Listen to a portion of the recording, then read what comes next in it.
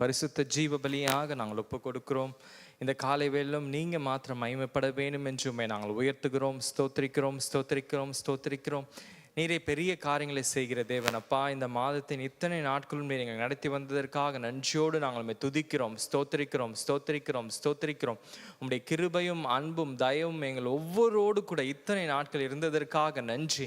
இந்த வருடத்தின் பாதி ஆண்டவரே, பாதி வருடத்தை கடக்க நீங்கள் கிருபை செய்ததற்காக நன்றி தகப்பனே.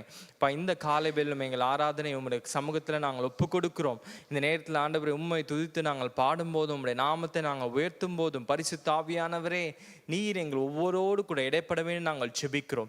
ஆண்டவரே, எங்கள் ஒவ்வொருவரும் சந்தோஷத்தினால, மகிழ்ச்சியினால், அந்த நித்திய மகிழ்ச்சியினால் நிறைத்து நீர் எங்களை நடத்த வேண்டும் நாங்கள் ஜெபிக்கிறோம். அப்பா, எல்லா உலகத்தின் கவலைகள், எல்லா சிந்தனைகள் எல்லாவற்றையும் நாங்கள் மறந்து உம்மை நோக்கி பார்த்து உம்முடைய சமூகத்தில் உண்மையில வாஞ்சியாயிருந்து உண்மை நாங்கள் துதித்து பாட கர்த்தர் நீர் எங்களுக்கு கிருபை செய்ய வேண்டும் நாங்கள் ஜெபிக்கிறோம். அப்பா, இந்த நேரத்திலும் ஆண்டவரே வரை தடைப்பட்ட ஒவ்வொரு நீ துரிதமாக கூட்டிக் கொண்டு வரப்போகிறதற்காக நன்றி தகப்பனே. அப்பா, இந்த ஆராதனை மத்தியிலும் ஆண்டவரே தடையாக இருக்கிற எல்லா காரியங்களும் நீக்கி போட்டு உம்மோடு கூட நாங்கள் இன்னும் அதிகமாய் வளரத்தக்கதாக இந்த நேரத்தில் உம்முடைய அன்பினால நிறைத்து நடத்த வேண்டும் என்று நாங்கள் ஜெபிக்கிறோம், ஸ்தோத்திரிக்கிறோம், ஸ்தோத்திரிக்கிறோம், ஸ்தோத்திரிக்கிறோம், ஸ்தோத்திரிக்கிறோம், துதிக்கிறோம், துதிக்கிறோம், துதிக்கிறோம், துதிக்கிறோம். நீர் ஒருவரே துதிக்கு பாத்திரர் என்று அறிக்கையிட்டு அப்பா, எங்கள் ஆவி, ஆத்மா, சரீரம் எல்லாவற்றையும் நாங்கள் பரிசுத்த ஜீவபலியாக ஒப்பு கொடுக்கிறோம். நீரே தொடர்ந்து எங்கள் மத்தியில் அசைவாடும் நாங்கள் ஜெபிக்கிறோம். ஆவியானவரே, நீர் எங்களை ஒவ்வொரு நிரப்பி நடத்த வேண்டும் நாங்கள் ஜெபிக்கிறோம். எல்லா பலவீனங்கள், சுகவீனங்கள் எல்லாவற்றையும் நீக்கி போட்டு ஆண்டவரை இந்த ஆராதனைக்கு வருகிற ஒவ்வொருவரும் ஆண்டவரை திரும்பி போகும்போது ஒரு பெரிய மாற்றத்தோடு இந்த இடத்தை விட்டு கடந்து செல்ல கர்த்தர் நீர் அனுக்கிரகம் செய்ய வேண்டும் நாங்கள் ஜெபிக்கிறோம். தொடர்ந்து ஆண்டவரை ஆராதிக்கும் போதும் நீர் எங்களை நிரப்பி நடத்துங்க. நீர் எங்களோடு கூட இடைப்படுங்க. எல்லாவற்றையும் இந்த கருத்தில் நாங்கள் தாழ்த்தி ஒப்பு கொடுக்கிறோம்.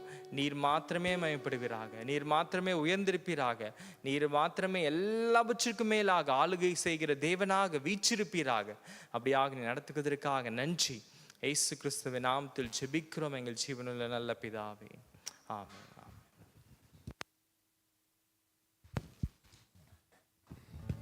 ஹல்லேலூயா, ஆமென், ஹல்லேலூயா.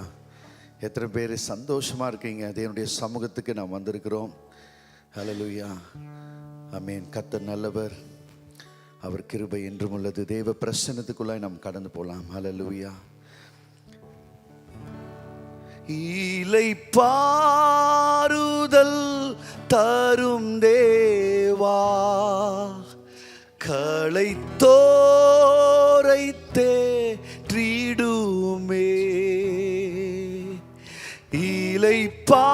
இளைப்பாறுதல் தரும் தேவா, களைத்தோரை தேற்றிடுமே. சிலுவை நீழல் எந்தன் தஞ்சம், சுகமாய் அங்கு தங்கிடுவேராமே. சிலுவை நீழல் எந்தன் தஞ்சம், சுகமாய் அங்கு தங்கிடுவேன். திருப்பாதம் பாடுவோம். திருப்பாதம் நம்பி வந்தே, கிருபை நீரை இயேசுவே, இயேசுவே. தமதன்பை கண்டடைந்தேன், தேவ சமூகத்திலே. தமதன்பை கண்டடைந்தேன், தேவ சமூகத்திலே. எல்லாம் கண்களை மூடி ஆண்டவருடைய சமூகத்தில், ஆண்டவரே எனக்கு இளைப்பாறுதல் தருகிற தேவன் நீர். ஆண்டவரே, ஆண்டவரே சிலுவை நிழல் எந்த தஞ்சம். ஆண்டவரே சுகமாய் அங்கு தங்கிடுவேன். ஆண்டவரே ஹல்லேலூயா. ஆண்டவரே இந்த காலவேளையில ஆண்டவரே நீர் எங்கள் நம்பிக்கையின் நங்கூரமாக இருக்கிறீர். ஆண்டவரே இந்த காலவேளையில எல்லா வாய்களை திறந்து தேவனை ஆராதிக்க போறோம். நம்முடைய இருதயத்தை கர்த்தருக்கு நேராய் திருப்புவோம். ஹல்லேலூயா. கர்த்தர் நல்லவர், அவர் கிருபை என்றும் உள்ளது. அவர் சேருபீன்களும் தேராபீன்களும் அவரை பரிசுத்தர் பரிசுத்தர் என்று பாடி துதித்து கொண்டிருக்கிற வேலையில் ஆண்டவரே உம்மை நன்றியோடு உம்மை துதிக்கிறோம். இந்த கால வேலையில் உம்மை நம்பி வந்திருக்கிறோம் ஆண்டவரே. வேறு நம்பிக்கை இல்லை ஆண்டவரே. நீர் ஒருவரே என் நம்பிக்கை, நீ ஒருவரே என் கண்மலை, நீ ஒருவரே என் கோட்டை, என் துருகம் ஆண்டவரே. நீதிமான் அதற்குள் ஓடி சுகமாயிருப்பாம். ஹல்லேலூயா. இரண்டாவது நாம் பாடலை பாடுவோம். பரலோக தேவனை எல்லாம் கைகளை தட்டி தேவனை மகிமைப்படுத்துவோம். ஹல்லேலூயா. பரலோக தேவனே உம்மை ஆராதனை செய்கிறோம். பரலோக ராஜனை உம்மை ஆராதனை செய்கிறோம். பரலோக தேவனே உம்மை ஆராதனை செய்கிறோம். ராஜனே உம்மை ஆராதனை செய்கிறோம். உமது அன்பின் கரங்களை நான் கண்டேனே. உமது அன்பின் கரங்களை நான் கண்டேனே. நான் கண்டேனே. நான் கண்டேனே. இயேசுவே நான் கண்டேனே. நான் கண்டேனே. மோசேயின் தேவனே, மோசேயின் தேவனே என்னை வழி நடத்திடுவே. மோசேயின் தேவனே என்னை வழி நடத்திடுவி. மோசேயின் தேவனே, மோசேயின் தேவனே என்னை வழி நடத்திடுவி. மோசேயின் தேவனே என்னை வழி நடத்திடுவி. உமது அன்பின் கரங்களை நான் கண்டேனே. உமது அன்பின் கரங்களை நான் கண்டேனே. ஆமென். நான் கண்டேனே. நான் கண்டு கைகளை தட்டி பாடுவோம் எல்லாம். நான் கண்டேனே. நான் கண்டேனே. யோசுவாவின் தேவனே என்னை மதில்களை நொறுக்குவே. யோசுவாவின் தேவனே எங்கள் மதில்களை நொறுக்குவி. ஆமென். யோசுவாவின் தேவனே எங்கள் மதில்களை நொறுக்குவி. யோசுவாவின் தேவனே எங்கள் மதில்களை நொறுக்குவி. உமது அன்பின் கரங்களை நான் கண்டேனே. ஆமென். உமது அன்பின் கரங்களை நான் கண்டேனே. நான் கண்டேனே. அல்லேலூயா. நான் கண்டேனே. நான் கண்டேனே. நான் கண்டேனே. நான் கண்டேனே. தேவாதி தேவனே, தேவாதி தேவனே உம்மை ஆராதனை செய்கிறோம். ராஜாதி ராஜனே உம்மை ஆராதனை செய்கிறோம். ஆமென். தேவாதி தேவனே உம்மை ஆராதனை செய்கிறோம். Yes Lord. ராஜாதி ராஜனே உம்மை ஆராதனை செய்கிறோம். உமது அன்பின் கரங்களை நான் கண்டேனே. உமது அன்பின் கரங்களை நான் கண்டேனே. நான் கண்டேனே. நான் கண்டேனே. இயேசுவே நான் கண்டேனே. நான் கண்டேனே. அல்லேலூயா. அல்லேலூயா. அல்லேலூயா.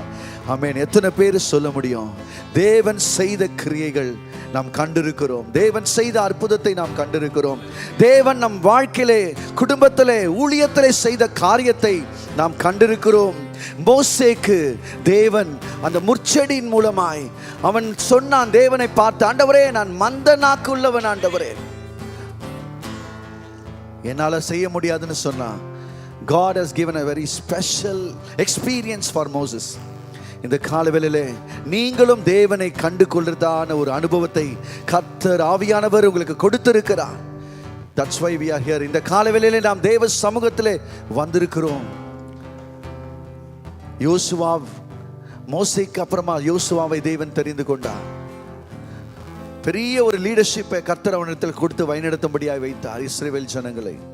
இந்த காலவேளையிலே நீ கண்டு கொண்டு வா என்று சொன்னார். கர்த்தர் உங்களிடத்தில் ஒரு பொறுப்பை கொடுக்க போறார். Hallelujah. God is going to give a responsibility as God has given to Moses and Joshua. அந்த தேவாதி தேவனை ஸ்தோத்திரிக்கலாம். Hallelujah. ஆண்டவரே ஸ்தோத்திரிக்கிறோம். Hallelujah. ஆண்டவரே மை துதிக்கிறோம். இந்த காலவேளையில ஆண்டவரே இந்த மூன்றாவது பாடலை பாட போறோம். ஆண்டவரே பாடுவேன், மகிழ்வோம், கொண்டாடுவோம். அப்பா சமூகத்தில் பாடி மகிழ்ந்து கொண்டாடுவோம். Hallelujah. பாடுவோம், மகிழ்ந்து கொண்டாடுவோம். அப்பா சமூகத்தில் பாடி மகிழ்ந்து கொண்டாடுவோம். பாடுவோம், மகிழ்வோம், கொண்டாடுவோம். அப்பா சமூகத்தில் பாடி மகிழ்ந்து கொண்டாடுவோம். அக்கினி மதில் நீரே, ஆறுதல் மழை நீரே.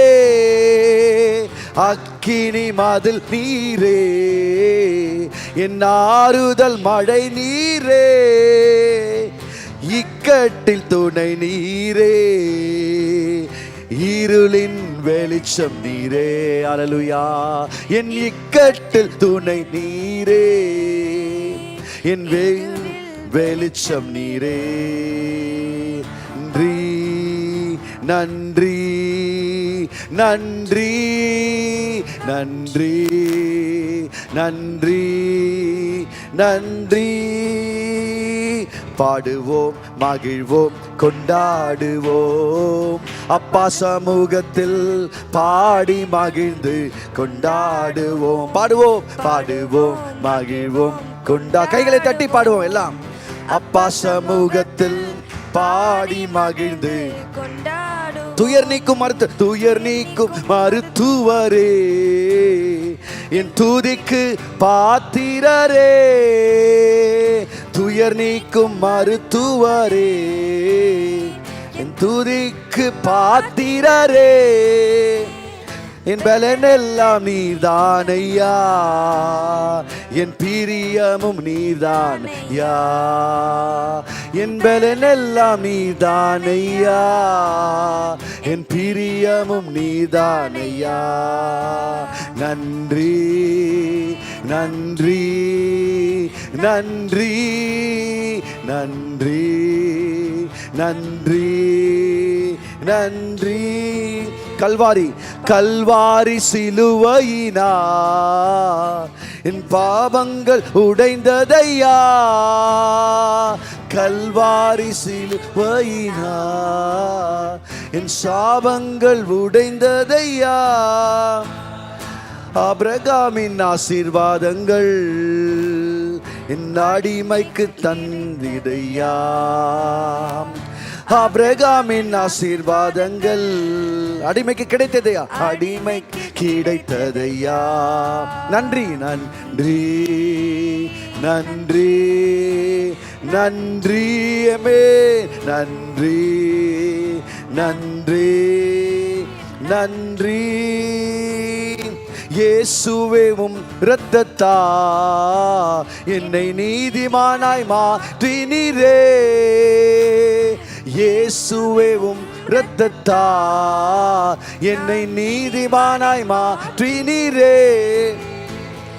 பரிசுத்த ஆவி தந்து அன்பை ஊற்றினீரே. பரிசுத்த ஆவி தந்து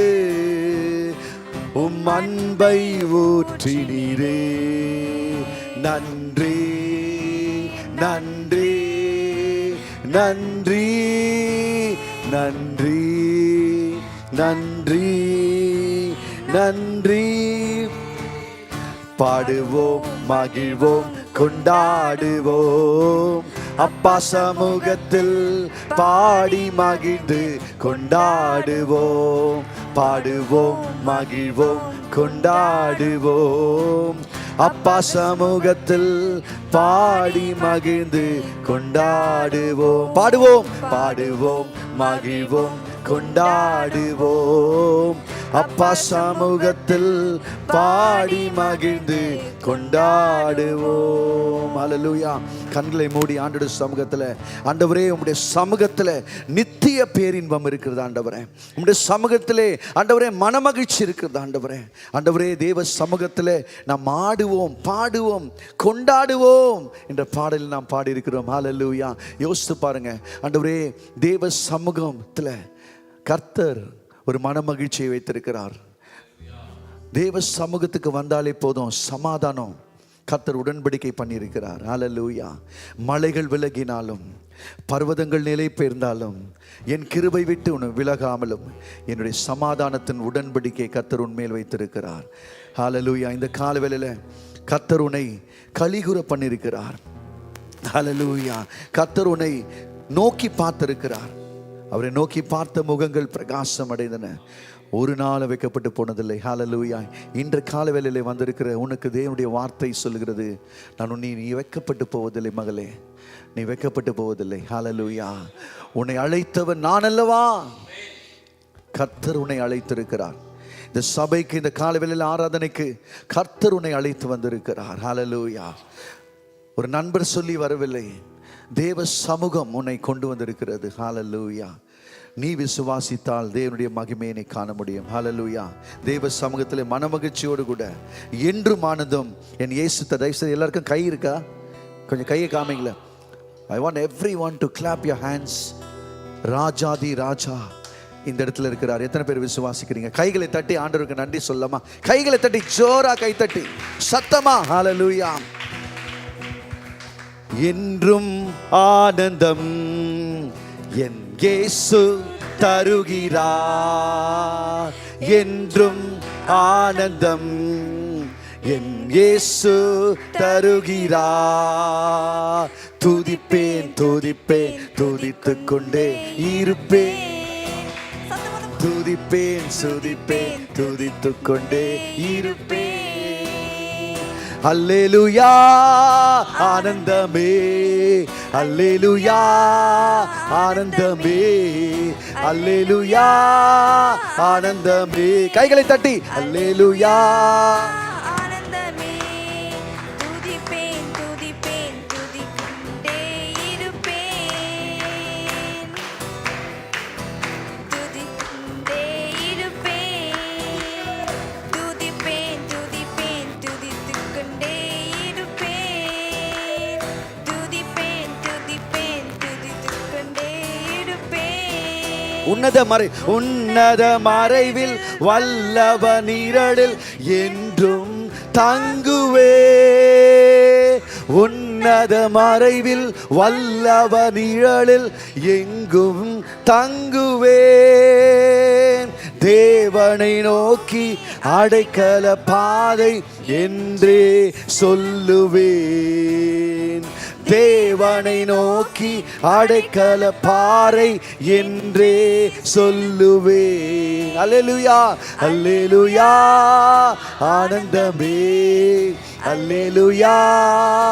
ஆனந்தமே, அல்லேலூயா. ஆனந்தமே, அல்லேலூயா. ஆனந்தமே. துதிப்பேன், துதிப்பேன், துதிப்பேன், துதித்துக் கொண்டே இருப்பேன். துதிப்பேன், துதிப்பேன், துதித்துக் கொண்டே இருப்பேன். வழிகளில் எல்லாம் என்னை காக்க தூதர்கள் எனக்குண்டு. வழிகளில் எல்லாம் என்னை காக்க தூதர்கள் எனக்குண்டு. பாதம் கல்லில் மோதாத காத்து கரங்களில் ஏந்துவாம். பாதம் கல்லில் மோதாத கரங்களில் ஏந்துவார். அல்லேலூயா அல்லேலூயா ஆனந்தமே, அல்லேலூயா ஆனந்தமே, அல்லேலூயா ஆனந்தமே, அல்லேலூயா ஆனந்தமே. துதிப்பேன் துதிப்பேன் துதித்துக் கொண்டே இருப்பேன், துதிப்பேன் துதிப்பேன் துதித்துக் கொண்டே இருப்பேன், துதிப்பேன் துதிப்பேன் துதிப்பேன் துதித்துக் கொண்டே இருப்பேன். தேவனை சார்ந்து வாழ்கின்ற எனக்கு என்றும் விடுதலை. ஆமென். தேவனை சார்ந்து வாழ்கின்ற எனக்கு என்றும் விடுதலை. அவரது நாமம் அறிந்த எனக்கு அவரே அடைக்கலம். ஆமென் ஆமென். அவரது நாமம் அறிந்த எனக்கு அவரே அடைக்கலம். அல்லேலூயா அல்லேலூயா ஆனந்தமே, அல்லேலூயா ஆனந்தமே, அல்லேலூயா ஆனந்தமே, அல்லேலூயா ஆனந்தமே. துதிப்பேன் துதிப்பேன் துதிப்பேன் துதித்துக் கொண்டே இருப்பேன். என்ன வந்தாலும் துதிப்பேன் துதிப்பேன் துதிப்பேன் துதித்துக் கொண்டே இருப்பேன். பாடுவோம். துதிப்பேன் துதிப்பேன் துதிப்பேன் துதித்துக் கொண்டே இருப்பேன். ஊராபாஷகலதனமா துதிப்பேன் துதிப்பேன் துதித்துக் கொண்டே இருப்பேன். ஊராபாலதனமா எல்லா வாய்களை திறந்து நல்ல ஒரு அந்நிய பாஷையில கர்த்தர் கொடுத்திருக்கிற ஒரு பாஷைய கர்த்தருடைய ஆவி இந்த இடத்துல இருக்கிறது. கர்த்தர் அசைவாடி கொண்டிருக்கிற இந்த நேரத்தில் கர்த்தருக்கு விட்டு கொடுத்து வாயை விரிவாய் திற, நான் அதை நிரப்புவேன் என்று சொல்லி கர்த்தருடைய வார்த்தை, ஓ உன்னை தேற்றுகிற ஒரு வார்த்தை, உன்னை அசைக்கிற ஒரு வார்த்தை, உன்னை கட்டுகிற ஒரு வார்த்தை, கர்த்தர் உன்னை கலிகுற பண்ணுகிற ஒரு வார்த்தை, துதிக்கிற ஒரு நாவை கர்த்தர் கொடுத்திருக்கிறார். ஓ தேவனுடைய அக்கினி உன் வாயை விரிவாய் திற, நான் அதை நிரப்புவேன் என்று சொல்லி இருக்கிறார். ஓ ஹalleluya. அமைதியா இருக்காதீங்க, வாய்களை திறந்து இயேசப்பா என் வாயை நிரப்புங்கன்னு சொல்லுங்க. O Lord fill me Lord, fill me Lord this morning. ஓ ரிகே ஷாகா உராமா கேரியாதா ஷாகரா உதானமா ஷபூரியா ரிகதனமா ரோக்கியா ரதுரியா ரக்ஷே. உனக்கு சுகம் உண்டாவதாக, பலன் உண்டாவதாக. கர்த்தர் சீயோனிலிருந்து உன்னை ஆசீர்வதிக்க வல்லமையுள்ளவராய் இருக்கிறார். நீ குந்தி குந்தி நடந்த காலங்கள் கர்த்தர் முடிவுக்கு கொண்டு வருகிறார். கர்த்தர் உன்னோடு இருக்கிறார். உன்னை பலப்படுத்தி உனக்கு சகாயம் செய்வேன், உன்னை பலப்படுத்தி சகாயம் செய்வேன். என் நீதியின் வலது கரத்தினாலே உன்னை தாங்குவேன். ஹalleluya. உன்னை தாங்குகிற கர்த்தர் நடுவே இருக்கிறார். ஹalleluya. அவர் சேனைகளின் கர்த்தர், அவர் பரிசுத்தர், அவர் சர்வ வல்லமையுள்ளவர், அவர் யாக்கோபின் தேவன், நமக்கு உயர்ந்த அடைக்கலமானவர், அவர் ஆலோசனை கர்த்தர், அவர் வல்லமையுள்ள தேவன், அவர் நித்திய பிதா, அவருடைய சமாதானத்தின் தேவன், அவர் 7 குத்து விளக்கின் நடுவே உலாவி கொண்டிருக்கிற தேவன். ஹalleluya ஹalleluya. ஆவியே ஆவியே மழையாக பொழியும், ஆவியே ஆவியே ஆவியே மழையாக பொழியும், ஆவியே வெண்மையானவரே மேக ஸ்தம்பமே ஊற்று தண்ணீர் ஜீவனாதி ஆனந்த தைலமே. எல்லாம் ஒப்பு கொடுத்து ஆண்டவருடைய சமூகத்தில், ஆண்டவரே என்னை ஒரு விஷயம் சுத்திக்கிறீங்க, ஆண்டவரே ஆண்டவரே உம்முடைய ஆவியினாலே நிரப்பியிருக்கிறீங்கப்பா, உம்முடைய ஆவியினாலே என்னை நிரப்பியிருக்கிறீங்கப்பா. Lord, cleanse me one more time with your precious blood this morning. இந்த காலவேளையில் நம்முடைய திரு ரத்தத்தினாலே ஆண்டவரே உமக்கு விரோதமாய் பாவம் செய்தேன், துணிகரமான பாவங்களிலிருந்து எனக்கு விடுதலை தருவீராக. உடைய இரத்தத்தின் வல்லமையினாலே சுத்திகரிங்கப்பா, என் நடைகளை காத்துக்கொள்ள உதவி செய்யும் ஆண்டவரே. ஹalleluya. துதித்தலும் சபித்தலும் ஒரே நாவிலிருந்து வரக்கூடாது என்று சொல்லி வேத புஸ்தகத்திலே நீ எழுதி வைத்து இருக்கிறீர் ஆண்டவரே. இந்த கால வேளையில் ஆண்டவரே என் வாயை ஆண்டவரே உமக்கென்று துதிக்க உதவி செய்யும் ஆண்டவரே. நீ இல்லாம நான் வாழ முடியாது. கடைசி பாடல். உயிரின் ஊற்றே நீயாவாய், உண்மையின் வடிவே நீயாவாய். ஹல்லேலூயா. நீ ஹல்லேலூயா. நீரில்லாத நாளெல்லாம் நாளாகுமா, நீரில்லாத வாழ்வெல்லாம் வாழ்வாகுமா, நீரில்லாத நாளெல்லாம் நாளாகுமா, நீரில்லாத வாழ்வெல்லாம் வாழ்வாகுமா. உயிரின் ஊற்றே நீயாவா, உலகின் ஒளியே நீயாவா, உயிரின் ஊற்றே நீயாவாய், உலகின் ஒளியே நீயாவா, உறவின் பிறப்பே நீயாவாய், உண்மையின் வழியே நீயாவாய், உறவின் பிறப்பே நீயாவாய், உண்மையின் வடிவே நீயா. நீரில்லாத நாளெல்லாம் நாளாகுமா, நீ இல்லாத வாழ்வெல்லாம். அறிக்கையோடு பாடுங்க இந்த பாடலை. நீரில்லாத நாளெல்லாம் நாளாகுமா, நீரில்லாத வாழ்வெல்லாம் வாழ்வாகுமா, எனது ஆற்றலும் நீயாவா, எனது வலிமையும் நீயாவா, எனது ஆற்றலும் நீயாவா, எனது வலிமையும் நீயாவா, எனது அரணும் நீராவாய், எனது கோட்டையும் நீயாவாய், எனது அரணும் நீயாவாய், எனது கோட்டையும் நீயாவாய், நீரில்லாத நாளெல்லாம் நாளாகுமா. S Lord.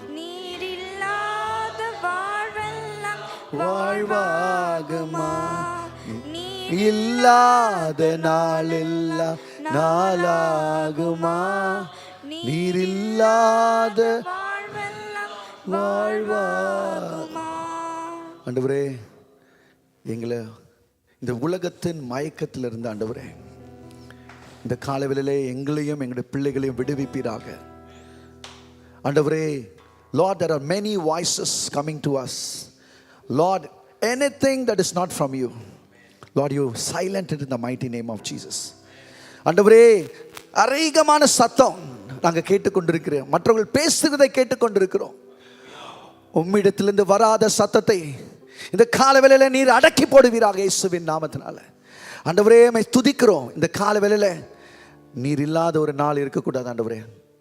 ஆண்டவரே, விசுவாசி பதறாதே என்று சொல்லியிருக்கிறீங்க ஆண்டவரே. பதறாமல் திகையாமல் இருக்கிறது விஷயங்கப்பா. இந்த வாரம் முழுவதும் ஆண்டவரே உம்மோடு கூட நடக்க, ஏனோக்கு தேவனோடு கூட நடந்தான், தாவீது தேவனை துதித்தான், தானியேல் 3 வேளை ஜெபம் பண்ணினான். அப்படிப்பட்ட ஒரு கேரக்டரிஸ்டிக்ஸ் நாங்க பொசஸ் பண்ண கிருபை தாங்க ஆண்டவரே. அன்பின் ஆண்டவரே, இந்த நல்ல காலை வேளையிலே ஆராதனை வேளையிலே நீ உலாவி வந்ததுக்காக ஸ்தோத்திரம். பரிசுத்த ஆவியானவரே, நீர் நடத்துங்க. இந்த நாமத்தை மாத்திரம் உயர்த்துகிறோம். இயேசுவின் நாமத்தில் ஜெபிக்கிறோம் பிதாவே, ஆமென். Please be seated. உட்காருவோம்.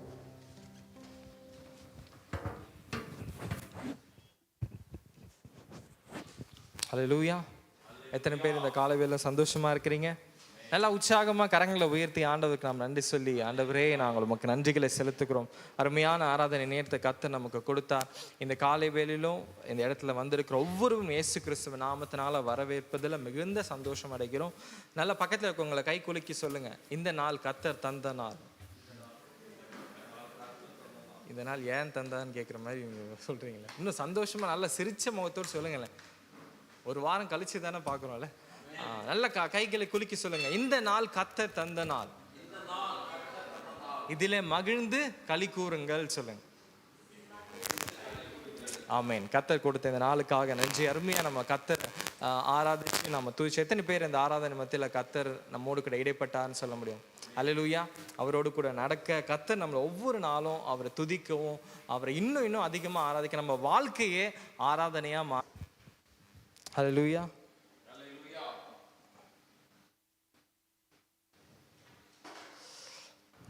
கர்த்தர் நல்லவர், அவர் கிருபை என்றும் உள்ளது. அல்லேலூயா. இந்த மாதத்திலும் இத்தனை நாட்கள் கர்த்தர் நம்மை நடத்தினார். 9 நாட்கள் இந்த மாதத்திலும் நாம் கடந்து வந்திருக்கிறோம். எத்தனை பேர் இதை நினைச்சு ஆச்சரியப்படுறீங்க? இந்த வருடத்தின் பாதி, இந்த பாதி வருடத்தை நாம் கடந்து செஞ்சோம். எத்தனை பேர் ஆச்சரியப்பட்டு சொல்ல முடியும், கர்த்தர் செய்தது ஆச்சரியம் ஆச்சரியம் சொல்லிட்டே இருப்பாங்க. இந்த வருஷம் எப்படி ஆரம்பிச்சதுன்னே தெரியல. ஆனால் ஆல்மோஸ்ட் நம்ம 6 மாதம் கடந்து வந்துட்டோம். இன்னும் ஒரு 6 மாதம் தான் இருக்குது. அப்போ ஒவ்வொரு வருடம் வரும்போதும் நாட்கள் என்ன பண்ணி சென்று கொண்டே தான் இருக்குது. ஆனால் கர்த்தர் நமக்கு கிருபையா எத்தனையோ பலவிதமான பிரச்சனைகள், பலவீனங்கள், சுகவீனங்கள் எல்லா மத்தியிலும் கர்த்தர் நம்ம பாதுகாத்து நடத்தி வந்திருக்கிறார். எத்தனை பேரால் சொல்ல முடியும், கர்த்தர் என்னை பாதுகாத்து நடத்தி வந்தார் சொல்லிட்டு? அல்லேலூயா. ஆமேன். கர்த்தர் செய்ய நினைத்தது ஒருபோதும் தடைப்படவே படாது அப்படின்னு சொல்லி வசனம் சொல்லுது. இந்த காலையிலும் கர்த்தர் நம்மோடு கூட பேசுவார், நம்மோடு கூட இடைப்படுவார் சொல்லி நம்ம ஆண்டவர் நோக்கி பார்த்து நம்ம கண்களை மூடி நம்ம செபிக்க போறோம். நம்ம இருக்கிற இடங்கள்ல ஆண்டவர் நோக்கி பார்த்து, அப்பா இந்த காலையிலும் எங்களை நாங்கள் தாழ்த்தி ஒப்பு கொடுக்குறோம். உம்முடைய வார்த்தையை நீர் எங்களோடு கூட ஆண்டவரை பேசவே நாங்கள் ஜெபிக்கிறோம். உம்முடைய வார்த்தைக்கு நாங்கள் கீழ்ப்படிந்து ஆண்டவர் உம்முடைய வார்த்தையின்படி நடக்க கர்த்தர் நீர் எங்களை ஆண்டவரே பயன்படுத்த வேண்டும் என்று, எங்களை அப்படியாக நடத்த வேண்டும் என்று எங்களை நாங்கள் தாழ்த்தி நாங்கள் ஒப்பு கொடுத்து ஜெபிக்கிறோம். நீர் பெருகவும் நாங்கள் சிறுகவும் வேண்டும் என்று எங்களை நாங்கள் ஒப்பு கொடுக்கிறோம். நீர் மாத்திரமே மையப்படுவீராக. மீட்பர் இயேசு கிறிஸ்துவின் நாமத்தில் ஜெபிக்கிறோம் எங்கள் ஜீவனுள்ள நல்ல பிதாவே. ஆமேன் ஆமேன் ஆமேன் ஆமேன். இப்போ எல்லாரும் இடத்துல நான் ஒரு கேள்வி கேட்கணும்னு ஆசைப்படுறேன். எத்தனை பேரோட வாழ்க்கையில் விசேஷமான நாள் இருக்கு? விசேஷமான நாள் இல்லை, பர்த்டே சொன்னாங்களே, என்ன சொன்னாங்களே, இல்லை நான் இப்படி கேட்குறேன், விசேஷமான நாள் அப்படின்னு சொன்னால் நீங்கள் என்ன நாளை சொல்லுவீங்க? ரட்சிக்கப்பட்ட நாள். ஆமாம், ரட்சிக்கப்பட்ட நாள் கரெக்டு. வேற ஏதாவது நாட்கள் இருக்குதா? மோஸ்ட்லி நீங்கள் ஒருத்தரை பார்த்து நீங்கள் கேட்குறீங்க அப்படின்னா விசேஷமான நாள் என்ன அப்படின்னு கேட்டால் என்ன சொல்லுவாங்க அப்படின்னா உங்களுக்கே தெரியும் தானே? நீங்கள் பார்க்கறதுக்கு தான் நான் கேட்ட கேள்வி தெரியாத கேள்வி மாதிரி. ஸோ என்ன இப்போ ஒருத்தரை பார்த்து நீங்கள் கேட்குறீங்க விசேஷமான நாள் என்ன அப்படின்னு சொல்லி எல்லாம் முக்கியமாக எல்லாரும் என்ன சொல்லுவாங்க, நான் பிறந்த நாள், என்னோட பர்த்டே அப்படின்னு சொல்லிட்டு. முந்தா நேற்று ஒரு நபரை பார்த்து, ஒரு வயசான ஒரு தாத்தா, அவர் தன்னுடைய 82வது பிறந்த நாளை கொண்டாடுறாரு. கேக் வெட்டி என்ன பண்ணுறாங்க, கொண்டாடுறாங்க ரொம்ப சந்தோஷமா. அப்போது அங்கே பேசுகிறவங்களாம் சொல்கிறாங்க, விசேஷமான நாள் இவருக்கு எது அப்படின்னா இந்த பிறந்த நாள். இத்தனை நாட்கள் அவர் இந்த உலகத்தில் இருந்து எத்தனை பேரை என்ன பண்ணியிருப்பார், பார்த்துருப்பார், எத்தனை பேர் என்ன பண்ணியிருப்பார், உதவி செஞ்சுருப்பார் அப்படின்னு சொன்னாங்க. பிறந்த நாளை காட்டிலும் இன்னும் நிறைய நாட்கள் சொல்கிறாங்க அப்படின்னா திருமண நாளை சொல்லுவாங்க. எத்தனை பேர் சொல்லுவீங்க திருமண நாள் விசேஷ நாள் அப்படின்னு சொல்லி? ஆமீன். கர்த்தர் ஏற்படுத்தி கர்த்தர் இணைத்தது அப்படி இல்லை, அதுவும் ஒரு விசேஷமான நாள் தான். சில பேர் அதையும் சொல்லுவாங்க, இது விசேஷமான நாள் எங்களுக்கு அப்படின்னு. எத்தனை பேர் தன்னுடைய மரணத்தை விசேஷ நாள் சொல்லி யாராவது கேள்விப்பட்டிருக்கீங்களா? இது முரண்பாடான ஒரு பதில் தானே. அப்படி யாரும் சொல்ல மாட்டாங்க. ஆனால் நான் ஒரு நபர் சொல்ல கேள்விப்பட்டேன். அவங்க என்ன பண்ணுவாங்களாம், நீங்களும் கேள்விப்பட்டிருக்கலாம், தங்களுடைய குழிக்காக காசு என்ன பண்ணுவாங்களாம், சந்தா ஒவ்வொரு மாதமும் கட்டுவாங்க. எதுக்குன்னா அவங்களுடைய அந்த இடம் என்ன பண்ணுவாங்க, முன்னாடியே புக் பண்ணி வச்சுருவாங்க. எப்படி நம்ம முன்னாடியே கார் அதெல்லாம் புக் பண்ணி என்ன பண்ணுறோம் போகிறோமோ, அதே போல் நாம் இறந்துட்டோம் அப்படின்னா நம்ம கல்லறைக்குள்ளே போனோம்ல, அந்த இடம் கிடைக்கிறது ரொம்ப கஷ்டமானதுப்பான்னு சொல்லி அதுக்கும் என்ன பண்ணுறாங்களாம், காசை கட்டி என்ன பண்ணாங்க அந்த இடத்தையும் புக் பண்ணி. கேள்விப்பட்டிருக்கீங்களா இல்லையா? அப்படின்னு எனக்கு தெரியல. அப்படியும் வந்து இருக்கு. அன்னைக்கு ஒருத்தர் சொல்லிட்டு இருந்தார். அப்போ பேசிட்டே இருக்கும்போது அவர் சொன்னார், நான் வந்து என்ன பண்ணிட்டேன், என்னுடைய கலரே புக் பண்ணிட்டப்பா, நீ புக் பண்ணிட்டியா அப்படின்னு. நான் நினச்சேன், யாருமே இந்த மாதிரி ஒரு கேள்வி கேட்டது இல்லையே. திடீர்னு எனக்கே ஒரு பக்குன்னு ஒரு அதிர்ச்சி ஆச்சு. எல்லாரும் கேட்டிருக்காங்க, சரி இது பண்ணியிருக்கியா, அது பண்ணியிருக்கியா, இது புக் பண்ணிட்டியா, இல்லை ஒரு ஃப்ரிட்ஜு, ஏசி அந்த மாதிரி தான் நம்ம கேள்விப்படுறோம். கார் புக் பண்ணிட்டியா, ஆனால் கல்லறையை புக் பண்ணிட்டான்னு கேட்டும் போது எனக்கு ஒரு பெரிய அதிர்ச்சி. ஆனால் பாருங்க, உலகத்தில் இந்த காரியம் நடந்துகிட்டே இருக்கு. ஏன் அப்படின்னா, மனுஷனுடைய வாழ்க்கை ஒருபோதும் நிலை இல்லவே இல்லை. இன்னைக்கு நாம் உயிரோடு இருக்கிறோம், நாளைக்கு நாம் உயிரோடு இருக்கிறோமா அப்படின்றது தெரியாது. ஆனால் நாம் ஒவ்வொரு நாளும் நிற்பதும் நிர்மூலமாகாது இருப்பதும் கர்த்தருடைய சுத்த கிருபை. எத்தனை பேரால் சொல்ல முடியும்? ஆமென். நமக்கு ஆண்டவர் நோக்கி பார்த்த, ஆண்டவரே நான் ஒவ்வொரு நாளும் நிற்பதும் நடப்பதும் சுகத்தோடு பலத்தோடு நான் இருப்பதும் உம்மை துதிப்பதும் அது உம்முடைய சுத்த கிருபை ஆண்டவரே. ஹல்லேலூயா. பாருங்க, அப்போ நம்முடைய வாழ்க்கையில் விசேஷமான நாட்கள்னு பல காரியங்கள் இருக்கும். உதாரணமாக நம்ம அண்ணன் சொல்ல போகிற ரட்சிக்கப்பட்ட நாள். அப்போது இதை குறித்து யோசிச்சுட்டு இருக்கும் போது, வேதாகமத்தில் நம்ம வாசிக்கும் போது பல இடங்களில் இயேசு ஒரு மனுஷரை சந்தித்த நாள் வந்து ஒரு விசேஷமான நாளாக இருந்துச்சு. எத்தனை பேரால் சொல்ல முடியும், இயேசு என்னோட வாழ்க்கையில் என்ன சந்தித்த நாள் விசேஷமான நாள்? ஆமேன், ஆமேன். அது ரொம்ப ஒரு அற்புதமான ஒரு நாளில். இப்போ உதாரணமாக நீங்கள் ஒரு நண்பர், ஒரு புதிய நபரை பார்க்குறீங்க அப்படின்னா, அது அந்த நபரை பற்றி உங்களுக்கு ஒன்றுமே தெரியாது, நம்ம அவங்கள பற்றி தெரியாது. ஆனால் அவங்களோடு கூட பேசும்போது, அவங்களோடு கூட நடக்கும் போது, அவங்களோடு கூட இருக்கும் போது அவங்கள பற்றி இன்னும் அதிகமாக தெரிஞ்சுவோம். ஓ, இந்த நபருக்கு இது பிடிக்காது, இந்த நபருக்கு இது என்னது, இது ரொம்ப பிடிக்கும் அப்படின்னு சொல்லிட்டு நம்ம ஒரு நபரை பற்றி தெரிஞ்சுக்கணும். அப்படி நம்ம வேதாகமத்தில் வாசிக்கும் போது இயேசு கிறிஸ்துவை பற்றி தெரியாத நபர்களும் இயேசுவை முதல் சந்தித்த போது என்ன மாற்றங்கள் நடந்தது? நம்ம குறிப்பாக ஒரு நபரை குறித்து பார்க்கறதுக்கு முன்னாடி ஒரு 2 சம்பவத்தை மட்டும், இயேசு ஒருத்தர் வாழ்க்கையை சந்தித்த போது என்ன நடந்தது அப்படின்னு மட்டும் நம்ம வாசிச்சுட்டு நம்ம மெயினான சப்ஜெக்டுக்கு வர போகிறோம். லூக்கா 7, லூக்கா சுவிசேஷத்தை நம்ம திருப்பிக் கொள்ளலாம். லூக்கா 7வது அதிகாரம், லூக்கா 7 11 - 16 நமக்கு எல்லாருமே தெரிஞ்ச வசனம் தான். அதனால் நான் 15, 16 மட்டும் வாசிக்கிறேன். லூக்கா 7ஆம் அதிகாரம் 15, 16. மரித்தவன் எழுந்து உட்கார்ந்து பேசத் தொடங்கினான். அவனை அவன் தாயினிடத்தில் ஒப்புவித்தார். எல்லோரும் பயமடைந்து, மகா தீர்க்கதரிசியானவர் நமக்குள்ளே தோன்றியிருக்கிறார் என்றும் தேவன் தமது ஜனங்களை சந்தித்தார் என்றும் சொல்லி தேவனை மகிமைப்படுத்தினார்கள். அல்லேலூயா. ஆமென். நமக்கு எல்லாருக்குமே தெரிஞ்ச ஒரு சம்பவம் தானே. நாயின் ஒரு விதவை குறித்து நல்லாவே தெரியும். அந்த தாயார் என்ன சூழ்நிலை மேலே கடந்து சென்றாங்க அப்படின்னு தெரியும். பாருங்க, இயேசுவை பற்றி அந்த தாயாருக்கும் அந்த இடத்துல இருக்கிறவங்களுக்கும் தெரியாது. ஆனால் இயேசு அந்த நாயின் அந்த விதவையை சந்திக்கும் போது அந்த தாயார் என்ன சூழ்நிலையில் கடந்து போயிட்டு கொண்டிருந்தாங்க அப்படின்னா, வருத்தம், கவலை, தன்னுடைய எல்லாவற்றையும் இழந்து போன சூழ்நிலை மேலே. அப்போதான் யார் அவங்க சந்திக்கிறாங்க? சொல்லுங்க, யார் அவங்க சந்திக்கிறாங்க? இயேசுவை சந்திக்கிறாங்க. அந்த இயேசுவை சந்திச்ச அந்த தருணத்தில் ஒரு அற்புதம் நடக்குது. அதற்கப்புறம் தான் அவங்க சொல்றாங்க, மகா தீர்க்கதரிசியானவர் என்ன பண்ணியிருக்கிறார்? நம்மளை, தமது ஜனங்களை சந்தித்தார். அல்லேலூயா. கர்த்தர் சந்திக்கலையா?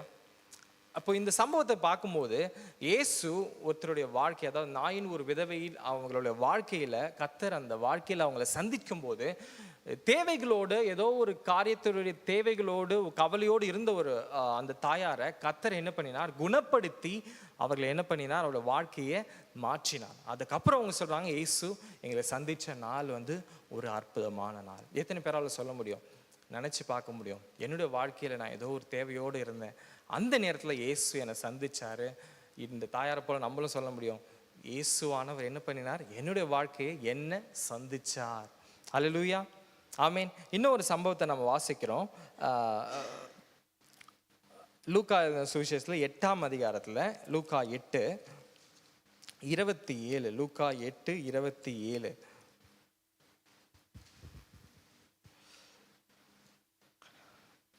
அவர் கரையில் இறங்கின போது நெடுநாளாய் பிசாசுக்கள் பிடித்தனவனும் வஸ்திரம் தரியாதவனும் வீட்டில் தங்காமலும் பிரேத கல்லறைகளில் தங்கினவனுமாயிருந்த அந்த பட்டணத்து மனுஷன் ஒருவர் அவருக்கு எதிராக வந்தான்.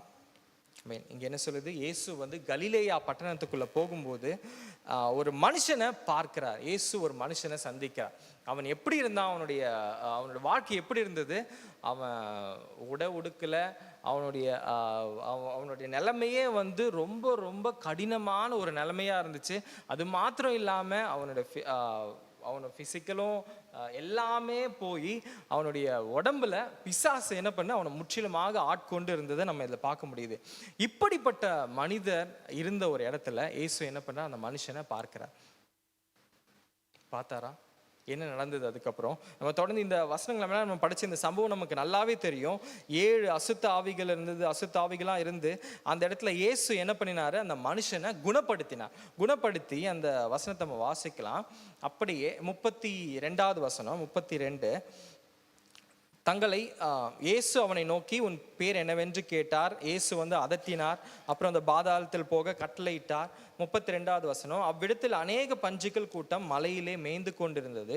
அந்த பன்றிகளுக்குள் போகும்படி தங்களுக்கு உத்தரவு கொடுக்க வேண்டும் என்று அவரை வேண்டிக் கொண்டான். அவைகளுக்கு உத்தரவு கொடுத்தார். அப்படியே பிசாசுகள் அந்த மனுஷனை விட்டு நீங்கி பன்றிகளுக்குள் புகுந்து அந்த பன்றி கூட்டம் உயர்ந்த மேட்டிலிருந்து கடலில் பாய்ந்து அமிழ்ந்து மாண்டது. ஆமென்.